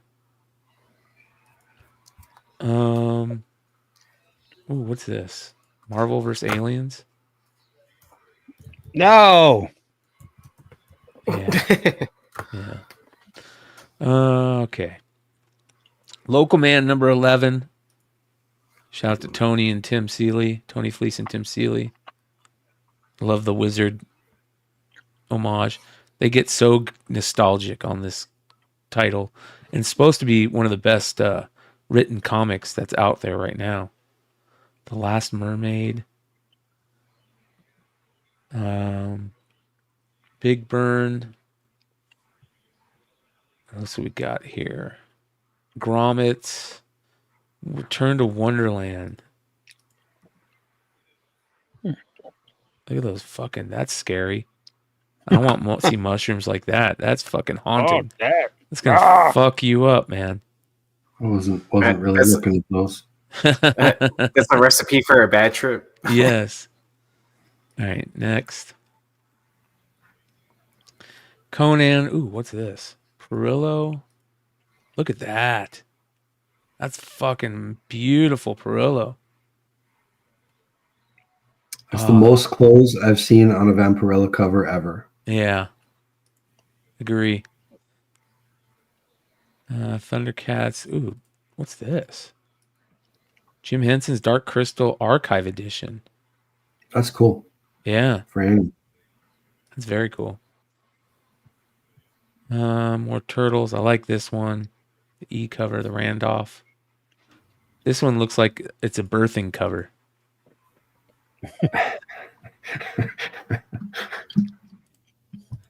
What the hell is going on? Eastman, come on. It's a turtle. With a knife in his hand. Oh, it's a homage to Clockwork Orange. I got it. Boom. All right, guys, I got to bounce, man. I love y'all, man. Appreciate you, Hood. Talk to you later, brother. Have a good night. See you. All right. Nemesis, another cool Rogues Gallery. More Turtles Saturday Morning. X-Men Heir to Apocalypse. Nick Klein. Nick Klein's great, but I don't like this one that much. Yeah, no. He sometimes can be a little off. Star Wars, pass. Actually, this is a cool Star Wars. I love this Nort character. Or Court character. That's actually a cool cover. More Saturday Morning. That's a cool Walking Dead Deluxe. Toxic Summer. That's interesting. And then one more page real quickly. Let's see anything that really stands out. Local Man, the Tim Seeley. This is pretty cool. Cyberforce homage. Todd McFarlane Cyberforce cover. Morning Star, that's a cool cover. And that is it, I believe. Yeah. You know, you showed the High Republic cover. I'm curious. Is this new show supposed to take place in the High Republic? When is? I want to say it said it was like 100 years before the Empire was formed, right? So what age would that be in comics? Say that again. Well, this new TV show, the Star Wars Acolyte. I want to say the first episode said it takes place like 100 years before. Yeah, the 100 years before episode 1. So would that place it? I don't know my lore and my timeline. Where that would not place it in the High Republic, right? It's right after the High Republic, I believe. Okay. Yeah, it's right out. It's right after High Republic, post High Republic. So you know what? Have you guys seen? Did you guys see that? Have you guys watched it? Yeah. Yeah, I watched the first 2 episodes. Yep. All right. So this is what's crazy to me. It got like a 98. Okay, it's 91 now. At a 91% average from the what is that called? Critics, and a 29% from the audience. Yeah, it makes you think their calculations are not very accurate. Oh, but I mean, like, but if a group of like trolls or whatever or hate groups, that's just like just spam, like I feel like that's what that is. But I mean, I could be wrong. Yeah, I mean, there have definitely been campaigns. I mean, even back to like way back in the first Black Panther, there was a huge campaign before it was released to tank the tomato score. Yeah. Yeah. But who knows? I haven't seen it yet, but I'm not. You guys know my feelings on Star Wars. I'm done with Star Wars until there's a major good. Like, it's got to be really fucking good for me to be like rah Star Wars again. It's got to be really. It's got to be like Mandalorian Luke coming back good. Everything's been so shit. Aaron? I thought it was good. Like, it wasn't the best Star Wars thing I've seen ever. It's been better than what's been put out recently. Like, I like how it took like the kind of like the more influence from like samurai stuff into it, like with the kung fu fighting and all that, or with the martial arts. But other than that, like it's to me, like, I guess the characters aren't memorable enough yet. Yeah. To make it like iconic. Yeah. It's definitely not like groundbreaking. Like, it still plays into the same kind of tropes, which they have such a tough time because they don't want to get very far away from the Star Wars tropes, right? You know, like the swipes, and you gotta have a funny droid, and you gotta have, you know, weird alien people, but it's not bad if you like Star Wars. You know, it's worth watching. I don't think it's extremely well written. Like, some of the dialogue's a little chunky, and yeah, none of the characters like pop out like, wow, that guy's amazing. I do like the Jedi, the guy who was in Squid Game, the main character in Squid Game, the Korean actor is one of the main characters. I do like him. Yeah. Oh, where he's the Jedi Master. Yeah, and I like the younger girl too, the one with the white and yellow face. I don't know. Daphne Keane, the one that Daphne Keane's playing. I heard she's maybe. really good. Yeah. Or she everybody that I saw that talked about her in those first 2 episodes said she walked away as being the favorite. You know. Maybe, yeah. Yeah. Yeah, I'm not gonna shit on it. I'm gonna give it a shot and give it a try. The only weird complaint, I was watching it with my son, and we're in halfway through the second episode. He turns to me, he's like, okay, and not to give any super big spoilers away, I think it's revealed in the first 10 minutes. So there's don't worry about it. Maybe I shouldn't Spoil away. Whatever. There's 2 twins who don't know each other exists, basically. And my son's like, why do they have the same haircut? I'm like, that's a really damn good question. Yeah. Like, they haven't known each other for 20 some years and they happen to have exactly the goddamn same haircut. Yeah. Maybe it's the force. That's how their hair grows in. I don't know what you're talking about. Yeah, I don't know. But aside from that, we've had fun with it, watching it. It's not the best, but whatever. Yeah, I'll It's not watch the worst it tonight. either. I'll watch it tonight and see what I think, but we'll see. I love this. Joe says, "Oh, so Bryan listening to other people to make his opinion." Yeah. Yeah. Yeah. All right. We'll see. I will say this before we just a last note on that. I'm proud of Star Wars for trying something completely different. They did not branch off on like, oh, this is Luke's nephew, or let's explore the years between the movie Solo and the first movie with Han. You know what I mean? Like they finally went out and did something. Since Mandalorian, this is the first thing where everything is just new. I like that. So I do like that. Yeah. Didn't they do that in Andor too? There's a lot of kind of like, I won't say new stuff, but it didn't feel like Star Wars. I'll say that. Like it felt like Star Wars, but not like Star Wars. If that makes sense. Right. But it was a character from the movies that they had just spun off, you know. Yeah. All right. Let me see here. What else do we have? There wasn't that much that oh, I know what I wanted to freaking talk about. All right. Did you guys see the freaking, where is it? I have it here. The J. Scott Campbell Wildcats. Oh my God, dude. No. I don't think I've seen Or, this. I mean, Witchblade. I keep saying Wildcats because it's a Wildcats homage. Yeah.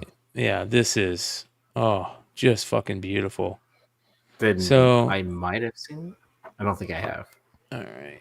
So here we go. It's fucking beautiful, dude. Oh, this is a 1 in 50. So this is isn't the 1 in 50. I think the 1 in 50 looks like this. It says not final art. Oh yeah, not final art. You're right. So it is the 1 in 50. You're right. I like both of them. Yeah, I like the 1 in 50. I like, dude, this, and it's a 1 in 50. Again, like I said, Campbell. I think the same thing happened with Adam Hughes that is happening with Campbell now. I think Adam Hughes started hearing like people kind of going, Adam Hughes isn't that good anymore, and then he's like, fuck it, I'm just gonna go super, crazy mode, demon mode, and just make these amazing covers. And he hit like 5 or 6 covers that were 10s in a row. And I think J. Scott Campbell's on that demon mode right now. He's like, fuck it. He put out those amazing rehashes of the Mary Jane stuff that at first we all thought was going to be a waste, and it was amazing. Of course, the X-Men covers, the Essentia cover, this is beautiful. I haven't seen the Sienkiewicz. I don't like the Sienkiewicz that much. It's not that good. It's actually terrible. I like it. It's a little. I kind of like that because of the lighting. Look at the art, like how he's playing off this. I mean, yeah, the lighting's cool, but but I mean, it's not. I mean, but the source material is like, The all black cover makes it look really bad. It makes the art look bad, which is rough to say on a Sienkiewicz piece, but yeah, it's definitely it's definitely not that. And if you guys don't know what I'm talking about, like the homage,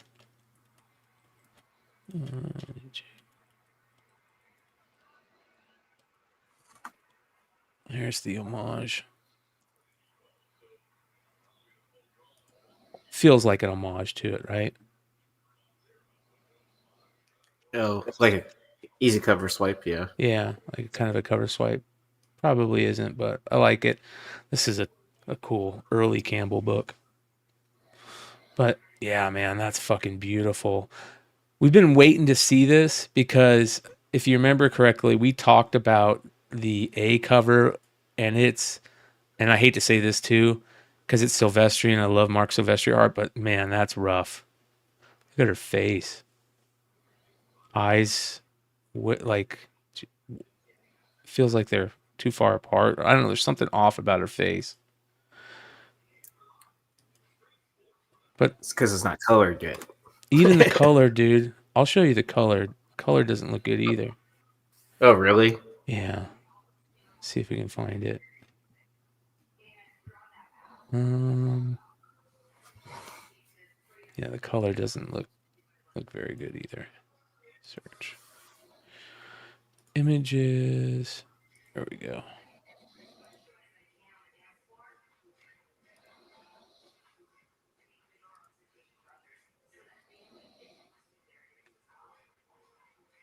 Look at that.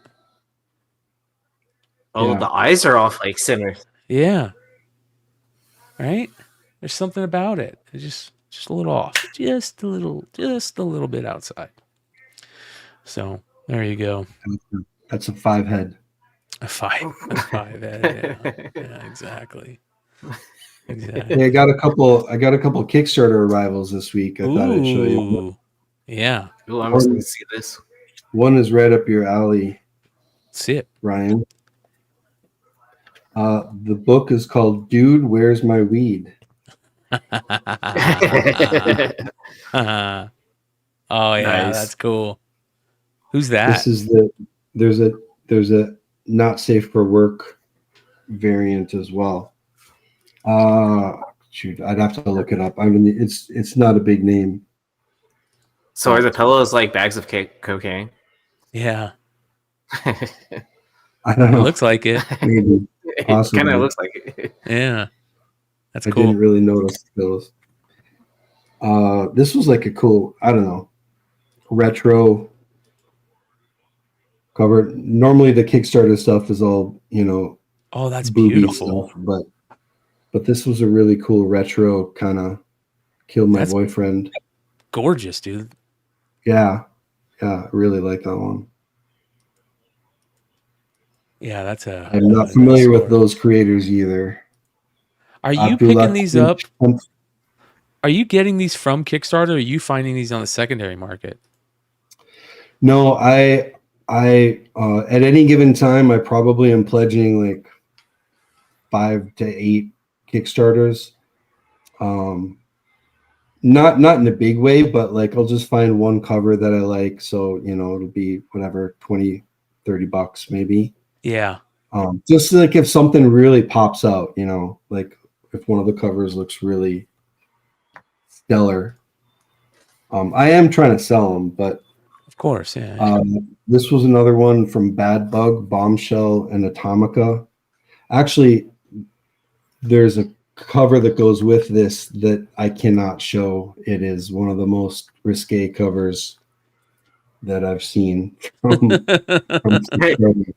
You're like, I don't even know if CGC will grade it right now. Yeah, I could put like things over it, but I'd be like the whole thing would be. It's 2 girls, put it that way. That's all that's all you can say. And they've been 2 doing girls, these, 1 comic. Yeah.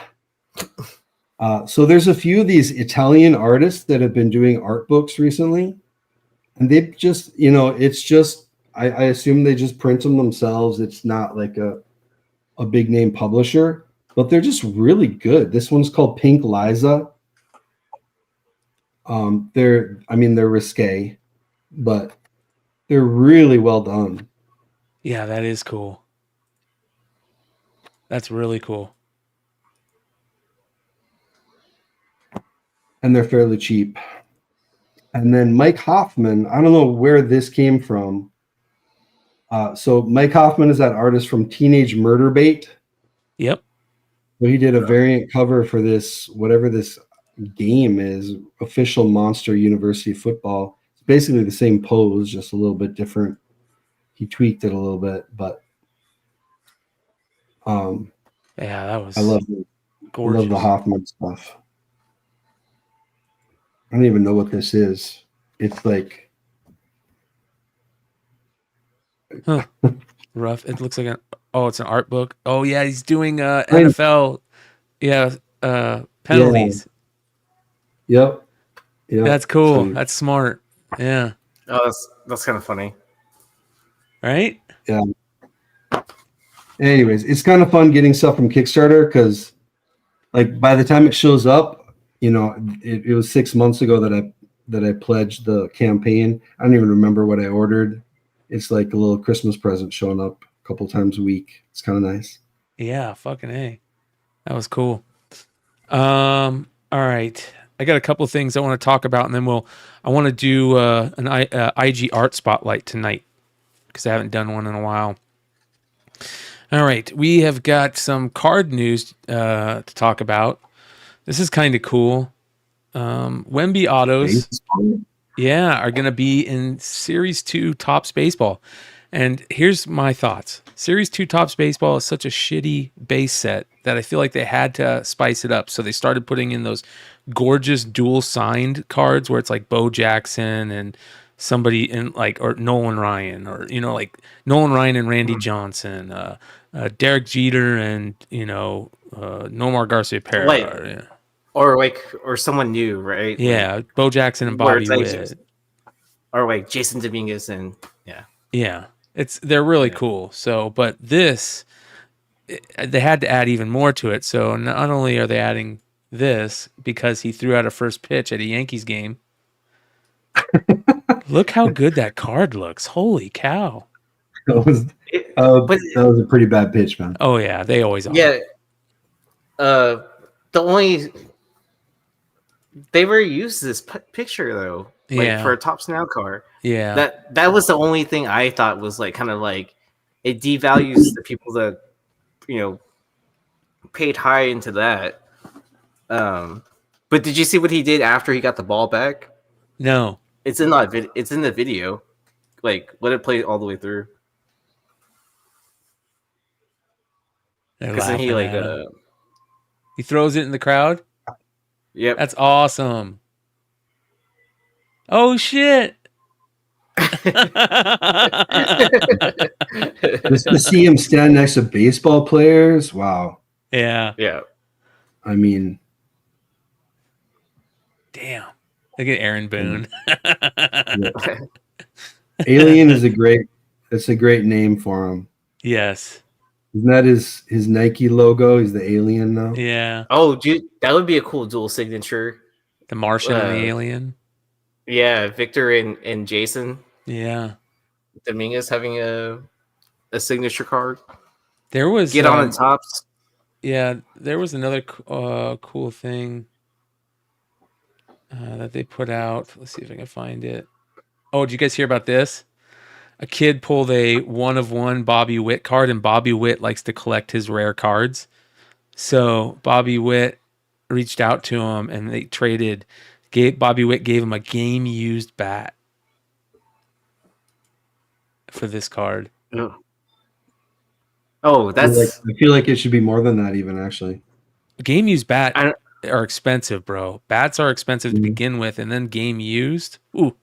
Yeah, and then that 1-of-1, that it's just some random insert from, like, yeah, like that. Right. That's an easy trade. Yep. Like, yeah, I mean, he could. He's a professional, but he could have done the whole, you know, and the jersey and the ball and the yeah. But I mean, he's a card collector too, as well. So I think he realizes how much it actually is worth versus. Yeah. I'm not overpaying for myself. God damn it. Here's the dual sign cards that they're putting in Series 2. Some of them, there's an Ichiro and a Shohei. That will be crazy. That's amazing. Oh, yeah. That's a cool dual auto right there. Bo and Bobby Witt. It's cool that Bo Jackson's signing cards again. Mm-hmm. Derek Jeter and Cal Ripken Jr. Ken Griffey Jr. and Mike Trout. That's a cool one. Yeah. I hate that they're stickers, but I know that's how they had to do it. Right. Vladimir Jr. and Juan Soto. That's crazy. Could both be Yankees soon. Nolan Ryan and Randy Johnson. That's the cool one too. Oh man. And I love both their signatures. Like they both have like great penmanship. Yeah. So be on the lookout for those. There was another one. I'm surprised I didn't do a Pete Rose Otani signature dual sig. Yeah. This is cool. So this is a relief pitcher, I believe, Major League Baseball relief pitcher. He played for the Mariners, but I think who's he playing for now? The Twins. And he didn't get his regular Topps card, but he's in the team card, and you don't even see his face; you just see his head. But he likes to collect them, and he wants to get a rainbow of his only card he's on. So he's been playing for over a decade, and he's never had a card other than this one. And because he wants them so much, like he's offering people signed base versions of the card in exchange for parallels, and he's also extending this offer to anyone who doesn't have a card for trade. Quote, even if you just have a base card or anything that you'd like signed, feel free to send it to the stadium, because he plays for the Twins. So I thought that was really cool that he's trying to get these, He said, I noticed that I have snuck my way into the Mariners team set card from Topps 2024 Series 1. I'm looking to try and complete the entire run of this card, which means, the rainbow. That's awesome. Nice. All right. That's cool. So. That's a lot of parallels too. Oh, yeah. It's like at least 20 something. Oh, yeah, man. It's crazy. So that's very cool. That's my hometown team. So hell yeah. Yeah. Yep. All right. Continuing on. Target has put this out. You might have spotted these. Target reserves the right to prohibit purchases of any merchandise to resellers. Resellers are defined as a company or an individual that purchases goods with the intention of selling them rather than using them. This includes individuals that exhibit behaviors such as pack searching or weighing. Thank you. Thank you, Target. Walmart, you need to start doing this. Fuck pack searchers. Fuck weighers of cards, pack weighers. They ruin the hobby. Even though kids aren't buying cards anymore, how would you feel if you knew a guy just got done weighing all the packs out of a box that you're trying to grab a few packs from? Would you buy them? I as hell wouldn't, because all the hits are gone, So fuck pack weighers, fuck pack searchers. I know Target people might get mad because it says resellers, but this is them trying to get away from the guy sitting there with a frickin' cocaine scale with a pack of cards on it. You know what I mean? Yeah. Jesus. So there we go. All right, continuing on. A new record sale for a rocket firing Boba Fett. Did you guys see this? There we go. How much does it sell for? Hold on. Oh, $525,000. This is the L firing rocket. It's L slot, right? There we go. Wait, why is it doing? Is it attached to something? I don't know. So so this was like a prototype figure, and only a few of them got out because this was supposed to be how Boba Fett was at first. And you see it was a mail away, wasn't it? Yeah, it was a mail away. It was that the first Boba Fett was a mail away. And you see the little rocket, the little missile on the back. It's got a little spring in it, and when you move the little L piece to the side, it fires out. And they remade this figure for Vintage Collection, right? So here we go. Let's go ahead and play this. I had so many Star Wars toys when I was a kid, but if that wasn't a regular release, I probably didn't have that one. No, it was never released. Never. So, yeah. Very, very rare. All right. This is cool. This is the type of stuff I love, and I'll probably be searching out. I'm going to add this Vogue magazine to my eBay searches. So one of the most classic artists from the 80s and even now is a guy named Patrick Nagel. If you remember, he had this art style of these girls in the 80s that, let me see here. Here we go. that Duran Duran also used on their album cover for Rio, right? Well, this image, he kind of swiped it from a model in Vogue magazine. This is the image in Vogue magazine, right?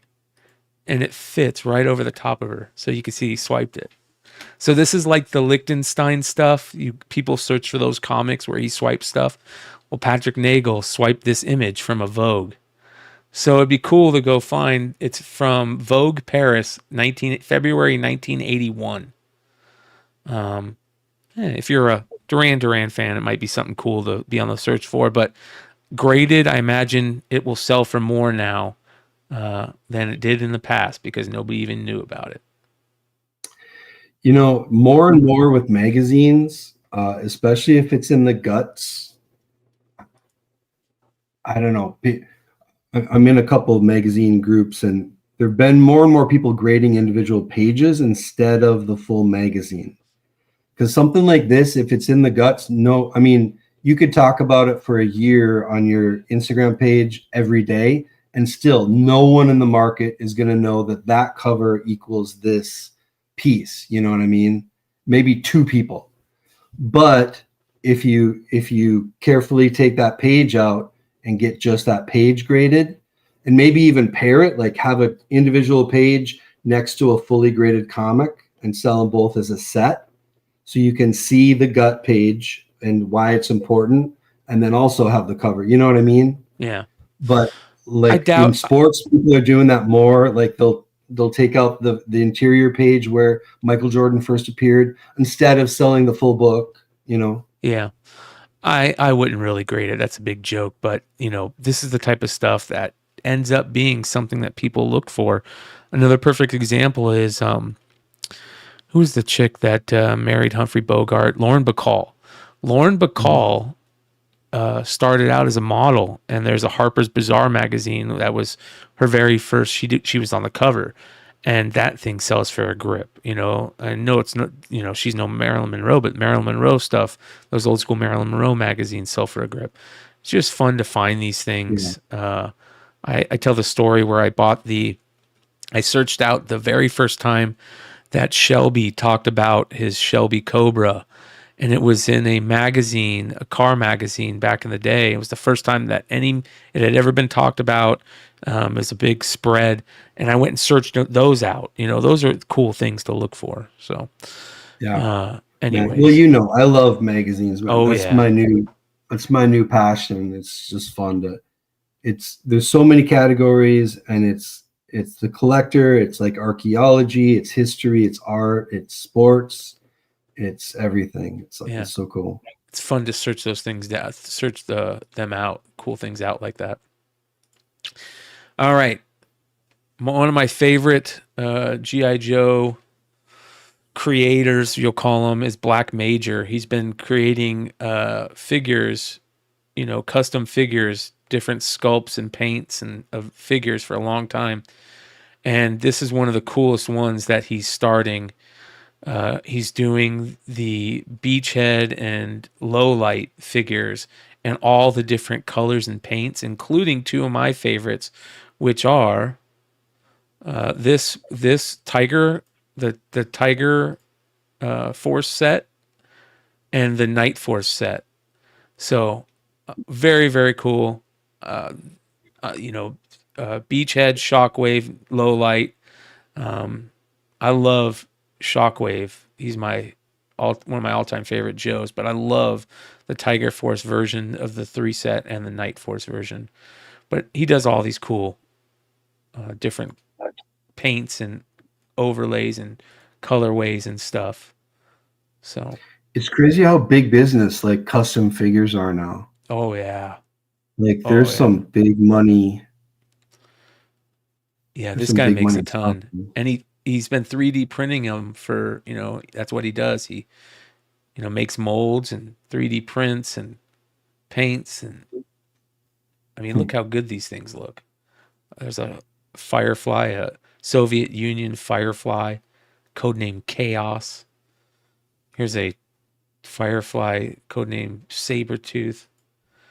And he comes up with cool names for him too. And he does Alley Vipers and Storm Shadow. He does. I picked up those see-through ones. He does like these cool Transformer battle android troopers. The first time I saw him is because he did a Cobra Diaco and Cobra Major figures reprints, which are some of the toughest GI Joes to find. That are super cool. But yeah, I love these. He even does like different Power Rangers colorways and Transformers. Like, look at that. That looks awesome. Here's the Battle Android Troopers, the Transformers design. Oh, look how cool those are. Like see-through plastics. Oh, look at these. Awesome. So Black Major, go check it out. I wish Nate was here. That guy is either single or has the most understanding wife ever. Yeah, because he's got shit everywhere, I imagine. All right, so this is cool.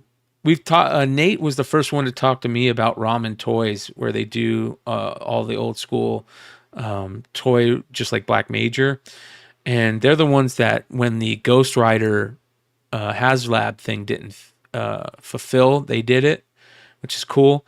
So they doing this. The Ramen team will be at Joe Fest on the 21st of June to celebrate the occasion. An exclusive Night Ops Stealth Gullwing will be on sale during the event, as well as exclusively on our website from the 21st to the 23rd of June while stock lasts. And then the show will be in Augusta, Georgia, if you guys are there, if you're G.I. Joe fans. Of course, these aren't G.I. Joe. These are Mask, but, you know, they're in the G.I. Joe collecting world. Masks, Transformers, G.I. Joe, they all collect the same stuff, all the people who collect those. So they'll have 100 of them at Joe Fest, and only 200 pieces total, it looks like. So pretty cool. $180. And then this was really cool. I don't know if this is J.J. Harrison that's doing this. It looks like it's his art and stuff, but this is amazing because it's got the old Mad magazine design, and it looks like he was doing this before, maybe making these before Ed died, because he's doing one for Ed and Jim, and they just look amazing. So if you're a fan of cartoonist kayfabe and Jim Rugg and Ed Piskor, and I know everything that's happened is kind of might have left a bad taste in some people's mouth, or you know, it is what it is. It doesn't mean you shouldn't stop being a fan of Jim and cartoonist kayfabe. And this right here is awesome. So J.J. Harrison on IG. What's that, Tony? Well, I think you're right. I think they were made ahead of time, but you know, picking up a copy of that ad would be a nice tribute, you know? Yeah. I love how he's got an 8-ball comic, and then on the inside it's a New Mutants 87, which is cool. He's got the gap tooth. Yeah. Ah, man, just perfect. And then finally, before we get into some IG art stuff, look how good. Oh, look how good that JSA CGC label looks. My first 25 are in grading right now. Really? No, 20. I got 20 there doing the black and gold grading. Man, sweet. That's awesome. This just looks gorgeous. So this is Cinema Chan. He says Dave Stevens classic cover from 83 back issues, Ghost of a Book, now graded CGC 9.8 with a JSA signature verification, yellow and black label. Oh man, that looks good. That's peak price right now. What do you think that will go for? I don't know what it hit. 10 grand? I think it hit 10 grand. Sold for 7 raw. Yeah, I know it's a pricey book now at this point. Like, and there's only been like what 2 or 3 sales within the last 2 or 3 years or something like that. Yeah, it sold for $7,000 raw. There's only been 3 sales in the last like 3 years, 2 this year. I love how Dennis says, "Fuck that label. The book is the best." Dennis, you got to admit, I don't care how much you hate CGC. That label looks good. That label looks fucking good. Yeah. I'm glad they didn't make it just a standard yellow. Yeah. That modification looks good. Yeah, with the gold lettering right here and the white lettering, of the CGC JSA, the just the design, the whole design, it looks really good. They did a good job. So it's got the JSA sticker, I think, over the CGC. I want to see the back. Is the back up there? Look at that cleaning job. Great job. Oh, wow. Yeah. Look at that. I'll give you a heads up when I get my 20 back. There's some cool stuff in there. Yeah. Whoever pressed it did a great job. Jesus.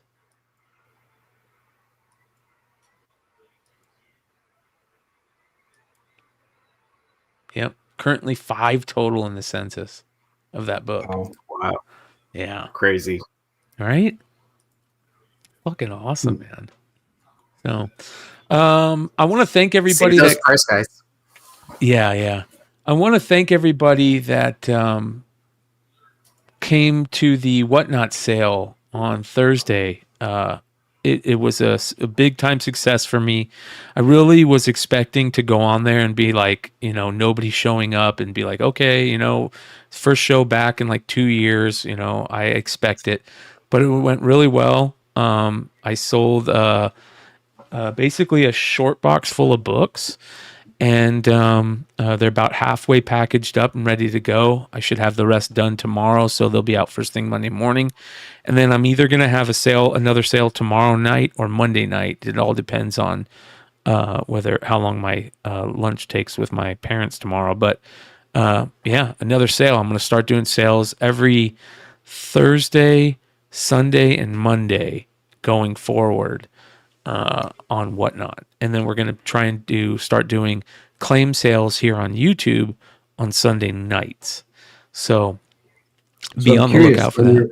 On your Whatnot show, where do you start? Do you start at $1? Do you start at like 10? So here's my thoughts on Whatnot. And this is what I'll give some advice out there. I don't know how good this advice is because, like I said, I don't sell on Whatnot a lot. But I thought to myself, I was like, I'm not going to ever start crazy books at $1. So yeah, I find good books like just cool books that you can start at like $3. You know what I mean?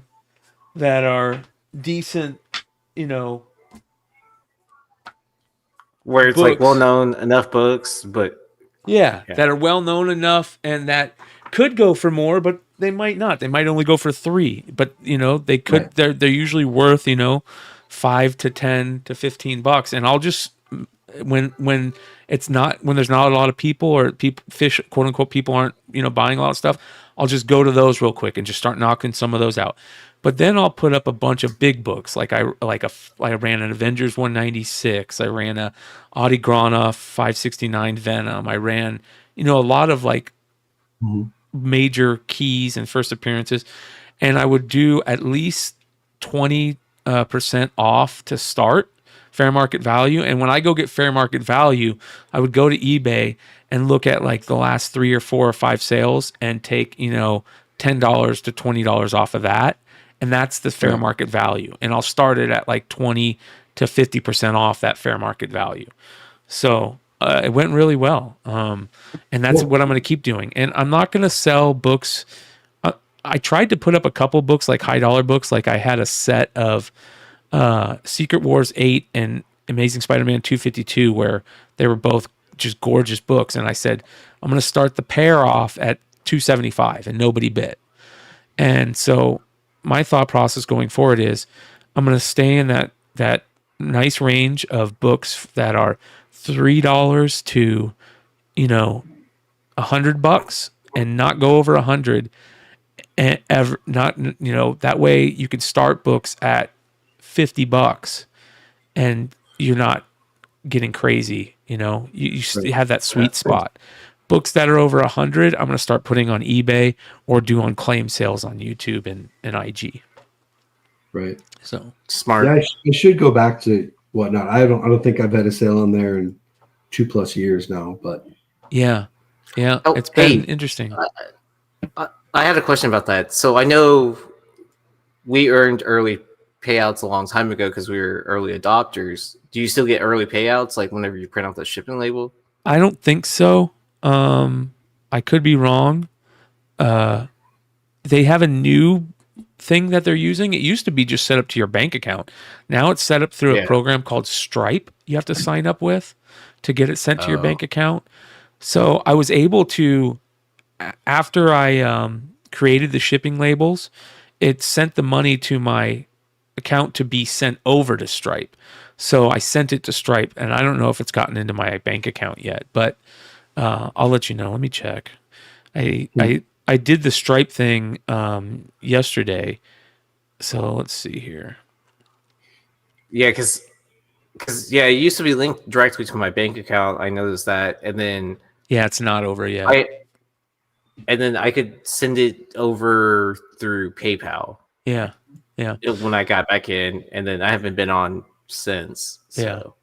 Yeah. I do have an eBay, Damien. If you go to my link tree, which is in the description below, it'll take you. The first two things are my Whatnot channel and my eBay store. My eBay store only has cards on it right now because I took everything down and just started putting stuff back up. So be on the lookout for that. Keep your eye on that.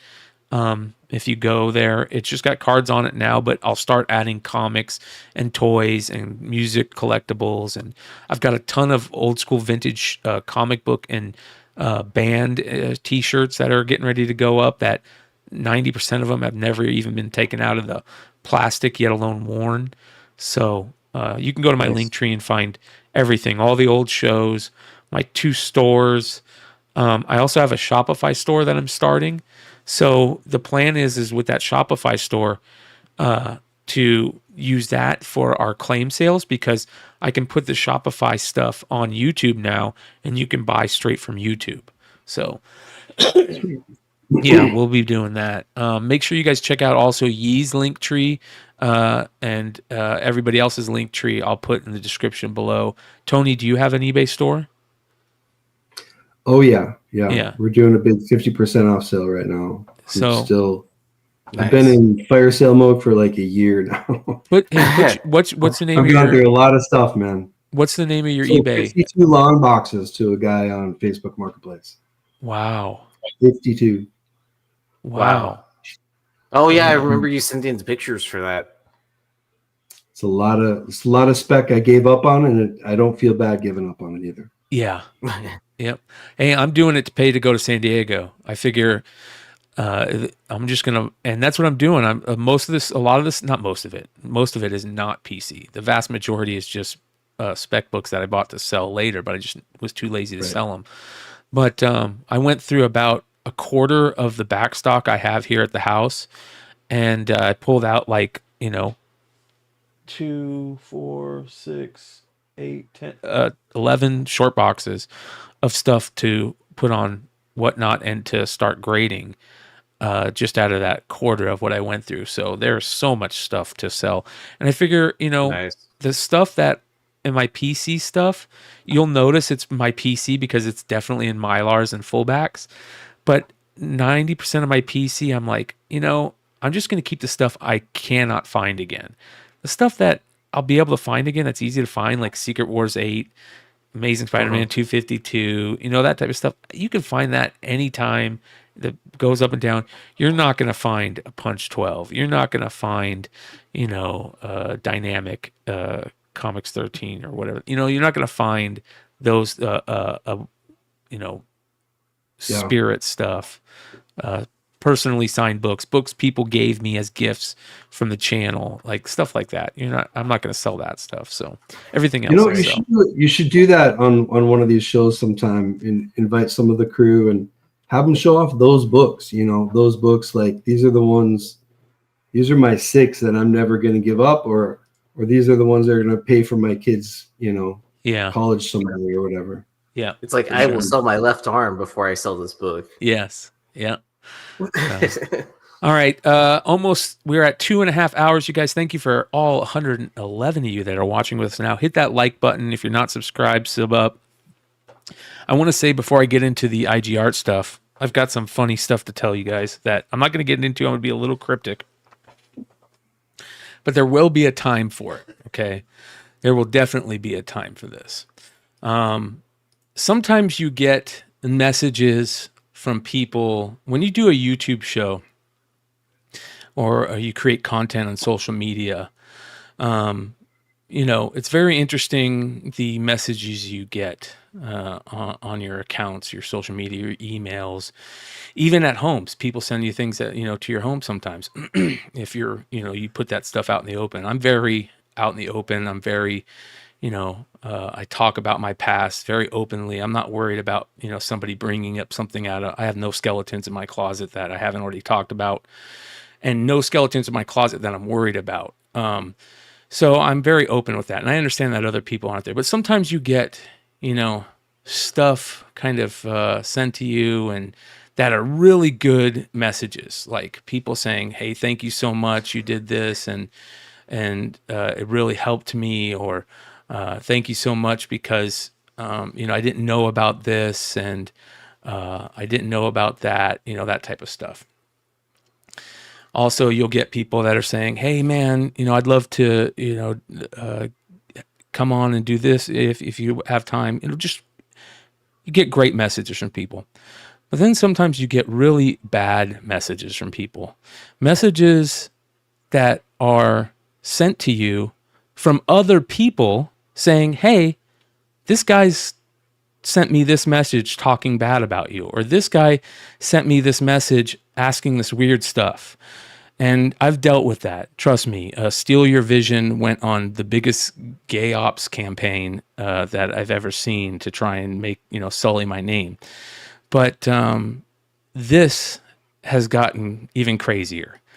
This is a message I received recently from a very good friend, and I've taken out all the names and information. So shout out to that good friend. As you can see, you won't see the good friend who sent it to me. The good friend who sent it to me is in this blue here. The person that reached out to them, I've taken out their name and replaced it with just a random name I found called Cole Cash. And I've taken out that person's avatar and replaced it with a random comic book picture of a grifter, the grifter. And I just want to show this. So the message first was asked about me. This person said, when he first reached out, hey, I need a favor. And this person said to him, that my friend said to him, what's up, Cole? And the person said, go to Bryan McClay's Facebook profile, go to the about, and see if it says he still lives in Peoria, Arizona. My friend said, are you not connected with Bryan? ? Then Grifter said, no. And then my friend said, why do you need to know that? Grifter then said, because he was making defamatory statements against me on his YouTube channel. Before I send out this cease and desist letter, I need to make sure I have the correct address. So city and state confirmation would provide that for me. Then my friend said, I'll reach out to him and let him know you're asking, but I don't disclose people's location without their permission. Then that person said, well, any luck? Did you find it?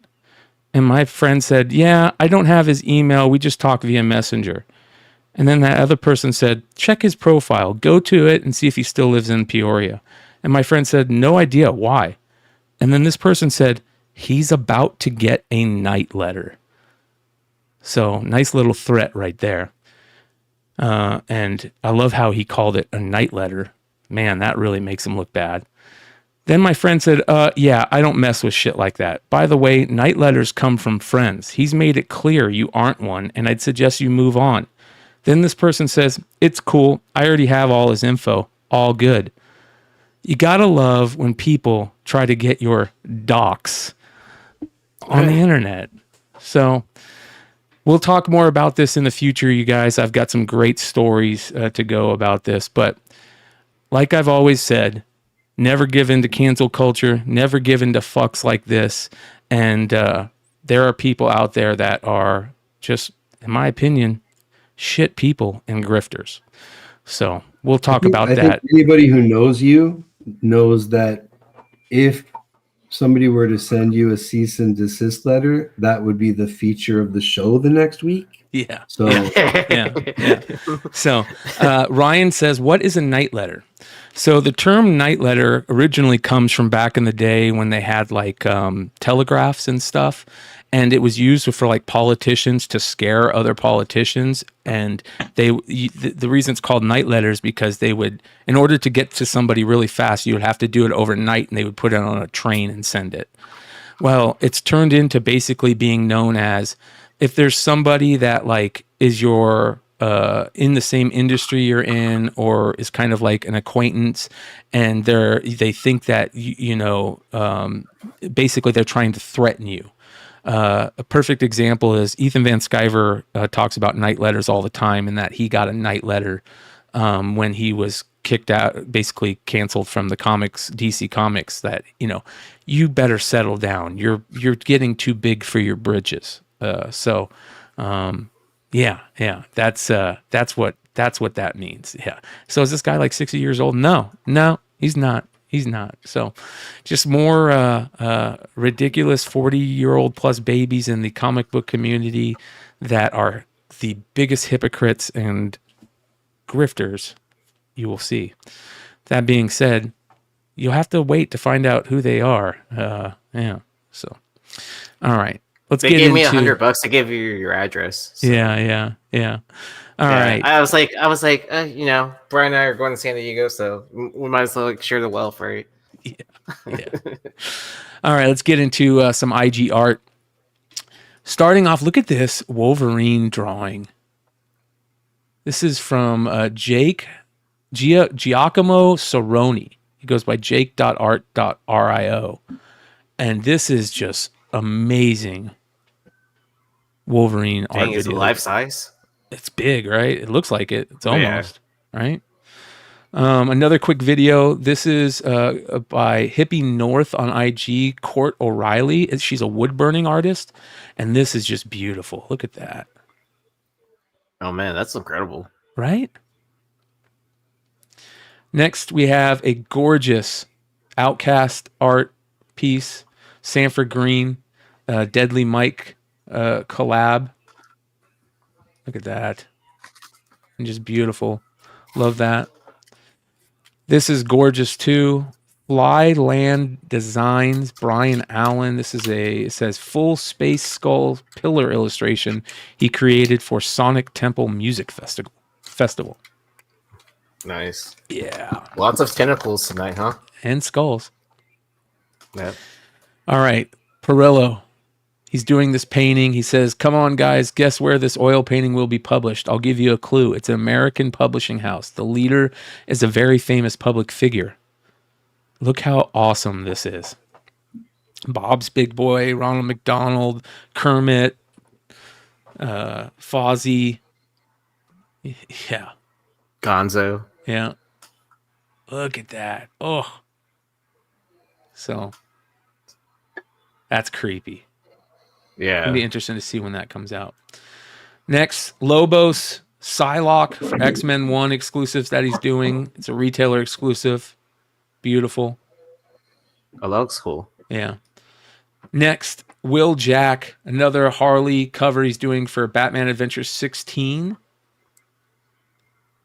Absolutely she gorgeous. looks 16. Dude, this is beautiful, dude. Absolutely gorgeous. I don't know. Does she look 16 or?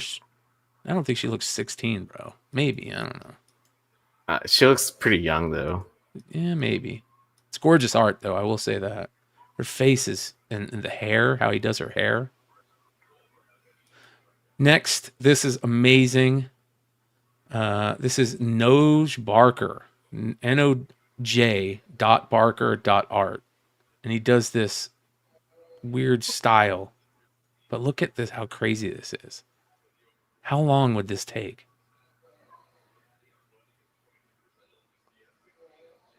Oh, that's crazy. Right?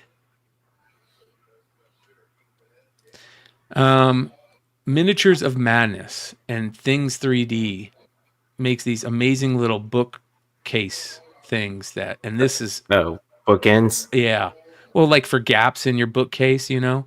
And this is one of the coolest ones. Reminds me of The Gate. You remember The Gate movie back in the day? Those little demons that would come out. Oh man, just even unpainted, it looks good. Yeah. Well, there's more of that coming up. This is that amazing homage to Killing Joke for the Transformers by Casey Kohler. And he put this out and he said, if you can name a piece that I've done that you like better than this one. And I don't know if he's done anything better than this one, but that's a famous one we all know about.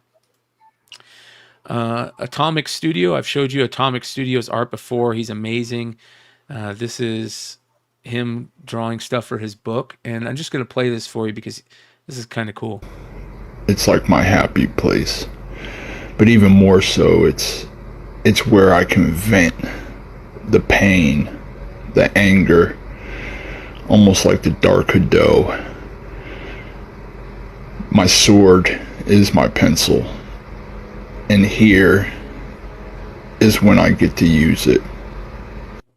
So I thought that was pretty funny and cool at the same time. So he's an amazing artist. If you guys don't know, check out the Atomic Studio on IG. All right, thought this was cool. This is the Spawn Archive IG account, which is a great account to follow, and it's the evolution of the Spawn trade dress. The original one that he did when he was in high school, the one that was first put out in the previews, and then the OG, and as they changed throughout the years. So, right? That's pretty cool. That is cool. Beautiful Devastator art right here. Unicronus is where I saw this. I don't know who the artist is. It is Marble V. So is the artist, but that is fucking awesome. And then next, this is Sebastian Kruger, a Jack Nicholson Joker, right? That's nightmare fuel right there.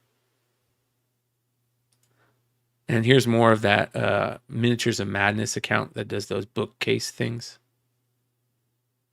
Those are so cool. Great 3D printing idea. More Perillo. This is Mike Crome, one of my favorite artists. He does a lot of Coffin Comics work. This is Zatanna. More tentacles. Next, we have Pilot Graph on IG. And this is, I don't know what exactly this is, or if it's like just a mural that he did in a house or what, but maybe it's in a garage. Looks badass. I love That's the next location for Facebook. Right? Look at that. Look at that beast man. This was very cool.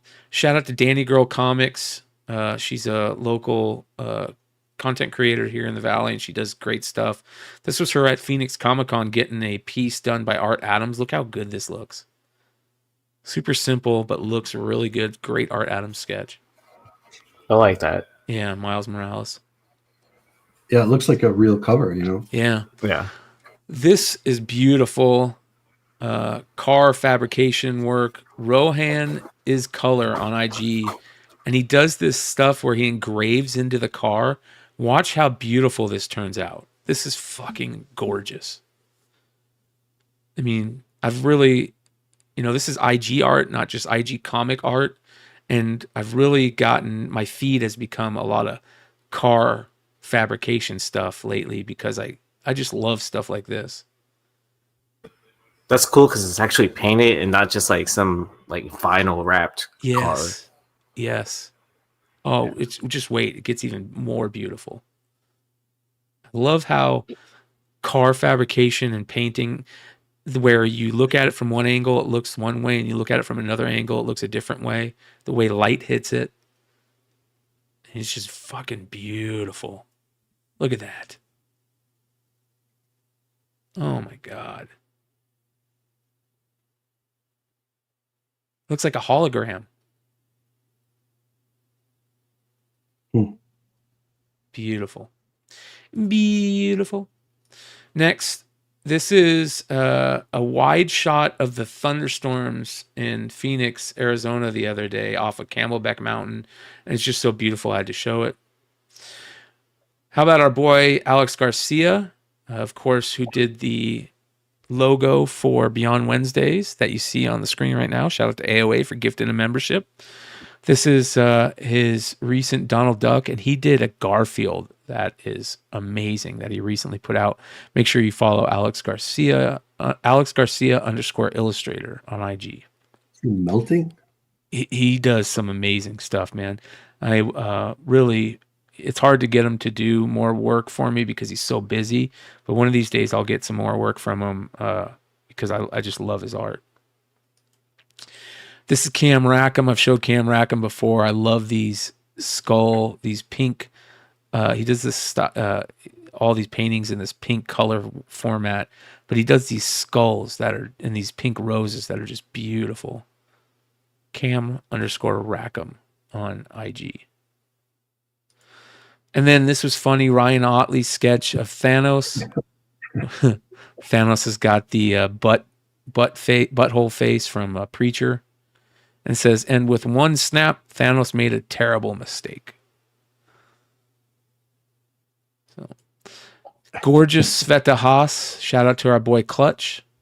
I love this Sveta Haas piece she did for Monster Palooza of, what's this? Medusa? Is that her name? Mm-hmm. So, and then this gorgeous Fantastic Four ACO variant that Weed Richards put up is just gorgeous. This is for Fantastic Four Life Story 70s #2. Is that what it is? I've never seen this, but it is beautiful. And then look at this. This is, I don't know, she's a makeup artist, Mimles, and this is crazy. Yeah, these are I'll just let this play. Yeah. No digital art. This is all, her doing makeup.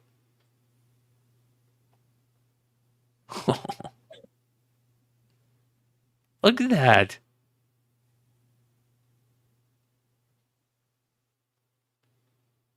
She's a walking, talking AI. Yeah. Like, this is crazy.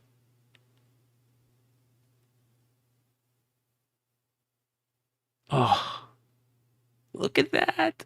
It's like Beetlejuice.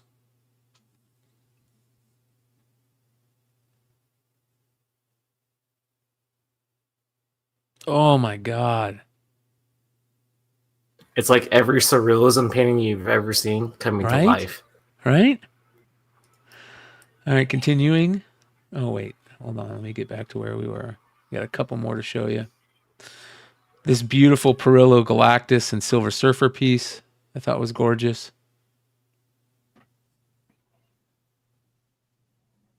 I love to see him working on stuff. Him and Carla Cohen.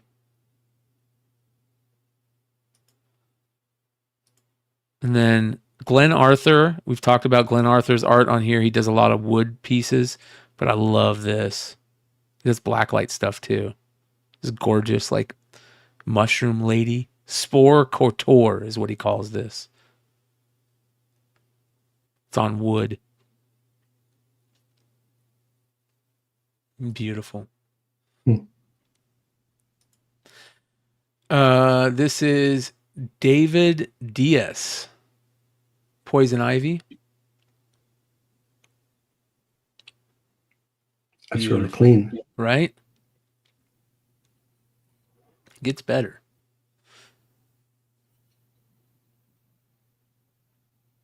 It's amazing. Social media is like it's a blessing and a curse at the same time. You get to see amazing stuff like this that you might never have seen in person. You would hope the big publishers like scan these pages looking for, you know, new cover artists. Yeah, I would hope so too. This is kind of cool. Pick up a rock, draw on it.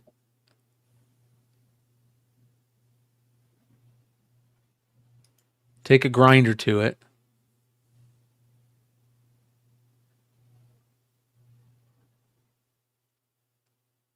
I mean, just so creative. I wonder how long this takes to do just this piece. Does this take days, a day, hours?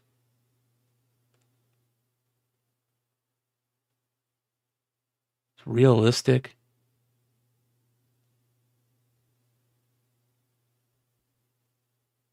Polishes it. I mean, damn. And then just go drop it off back in nature.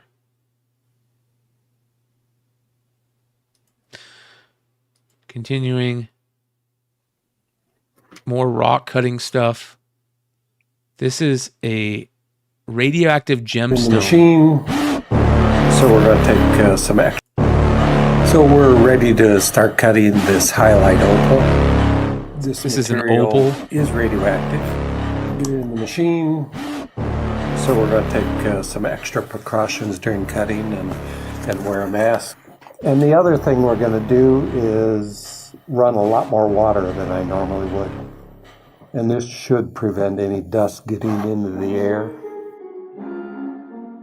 What really attracted me about this material, yes, it's fluorescent and it's beautiful fluorescence, but the really unique character of this fluorescent gem is that even in daylight, it fluoresces just with sunlight. It finished out a 7 karat 27. Superman shield. That the ideal shape for greatest yield ended up being a Superman shield shape. It is radioactive and it also has the green glow of kryptonite. How fucking cool is that? Right? Real kryptonite. So that's enough AI art for, not AI art, IG art for tonight.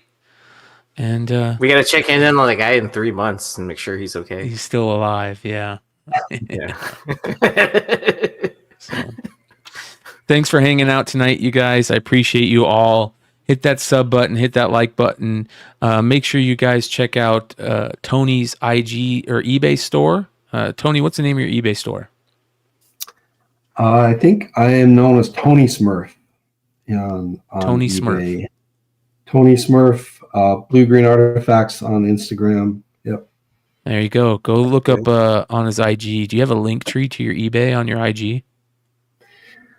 I don't have a link tree, but if you go to my bio, the link goes to my eBay page. So let's go. We'll drop that. Let me go ahead and drop that in the live chat for anybody that wants to go do it.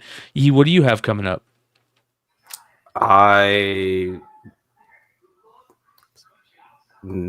Just getting ready for nothing really planned. Just getting ready for San Diego.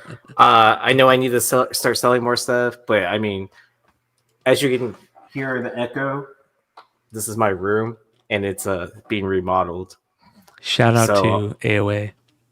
I messed that so up. I'm waiting for that to finish all up so I can set up a spot in my room to actually like sit there and sell comics and everything and organize everything. Yeah. That's cool, man. That's super cool. Let me delete these comments real quick because I messed up that link. All right, here's the link to Tony's IG, you guys. A link shortened it in there, so make sure you guys go check it out if you're watching live. I'll put the link in the edit also. I do still have cassettes, but check the website first because I think they haven't sold out yet, and you can get it cheaper direct from the record company than from me. Yeah, good stuff. Well, I'm gonna no hang out on the Discord tonight, you guys, just because, or I won't be there at least, just because I need to go continue packing the orders from Thursday night sale, finish those up, and those should be heading to you guys first thing Monday morning, as soon as the post office opens, and then another sale either tomorrow night or Monday night on the Whatnot, on my Whatnot, and make sure you guys follow that. Check out the eBay store. I'll start filling that with more comics also. And I know there's going to be a new Stein pack, so make sure you're following Stein's IG. I'll also be trying to put out a McClay version of the Stein pack around that time also. So, yeah, good stuff. Much love to everybody out there. What do we got coming up? We've got Tuesday night industry show. We're going to have Clutch and Drew from Wanted Comics on for the first hour, and Bryan Haberlin on for the second hour. So make sure you guys hang out with us on Tuesday night. Another great show on Wednesday night. Follow Yee at Long Story Short on Thursday nights over at Near Nirvana. And then again, hang out with us over at the House of Stein on Friday nights. Cool thing, we're going to be putting out a shorter version of the House of Stein Hot 10 list in like a 2 to 5 minute short of just a quick rundown of the books. Those will start coming out probably Monday nights on all of our social medias, and will eventually end up being just on Stein stuff after we get it rolling. So that will help everybody out that doesn't want to sit through the whole show. So good shit. We'll see you guys soon. We're out.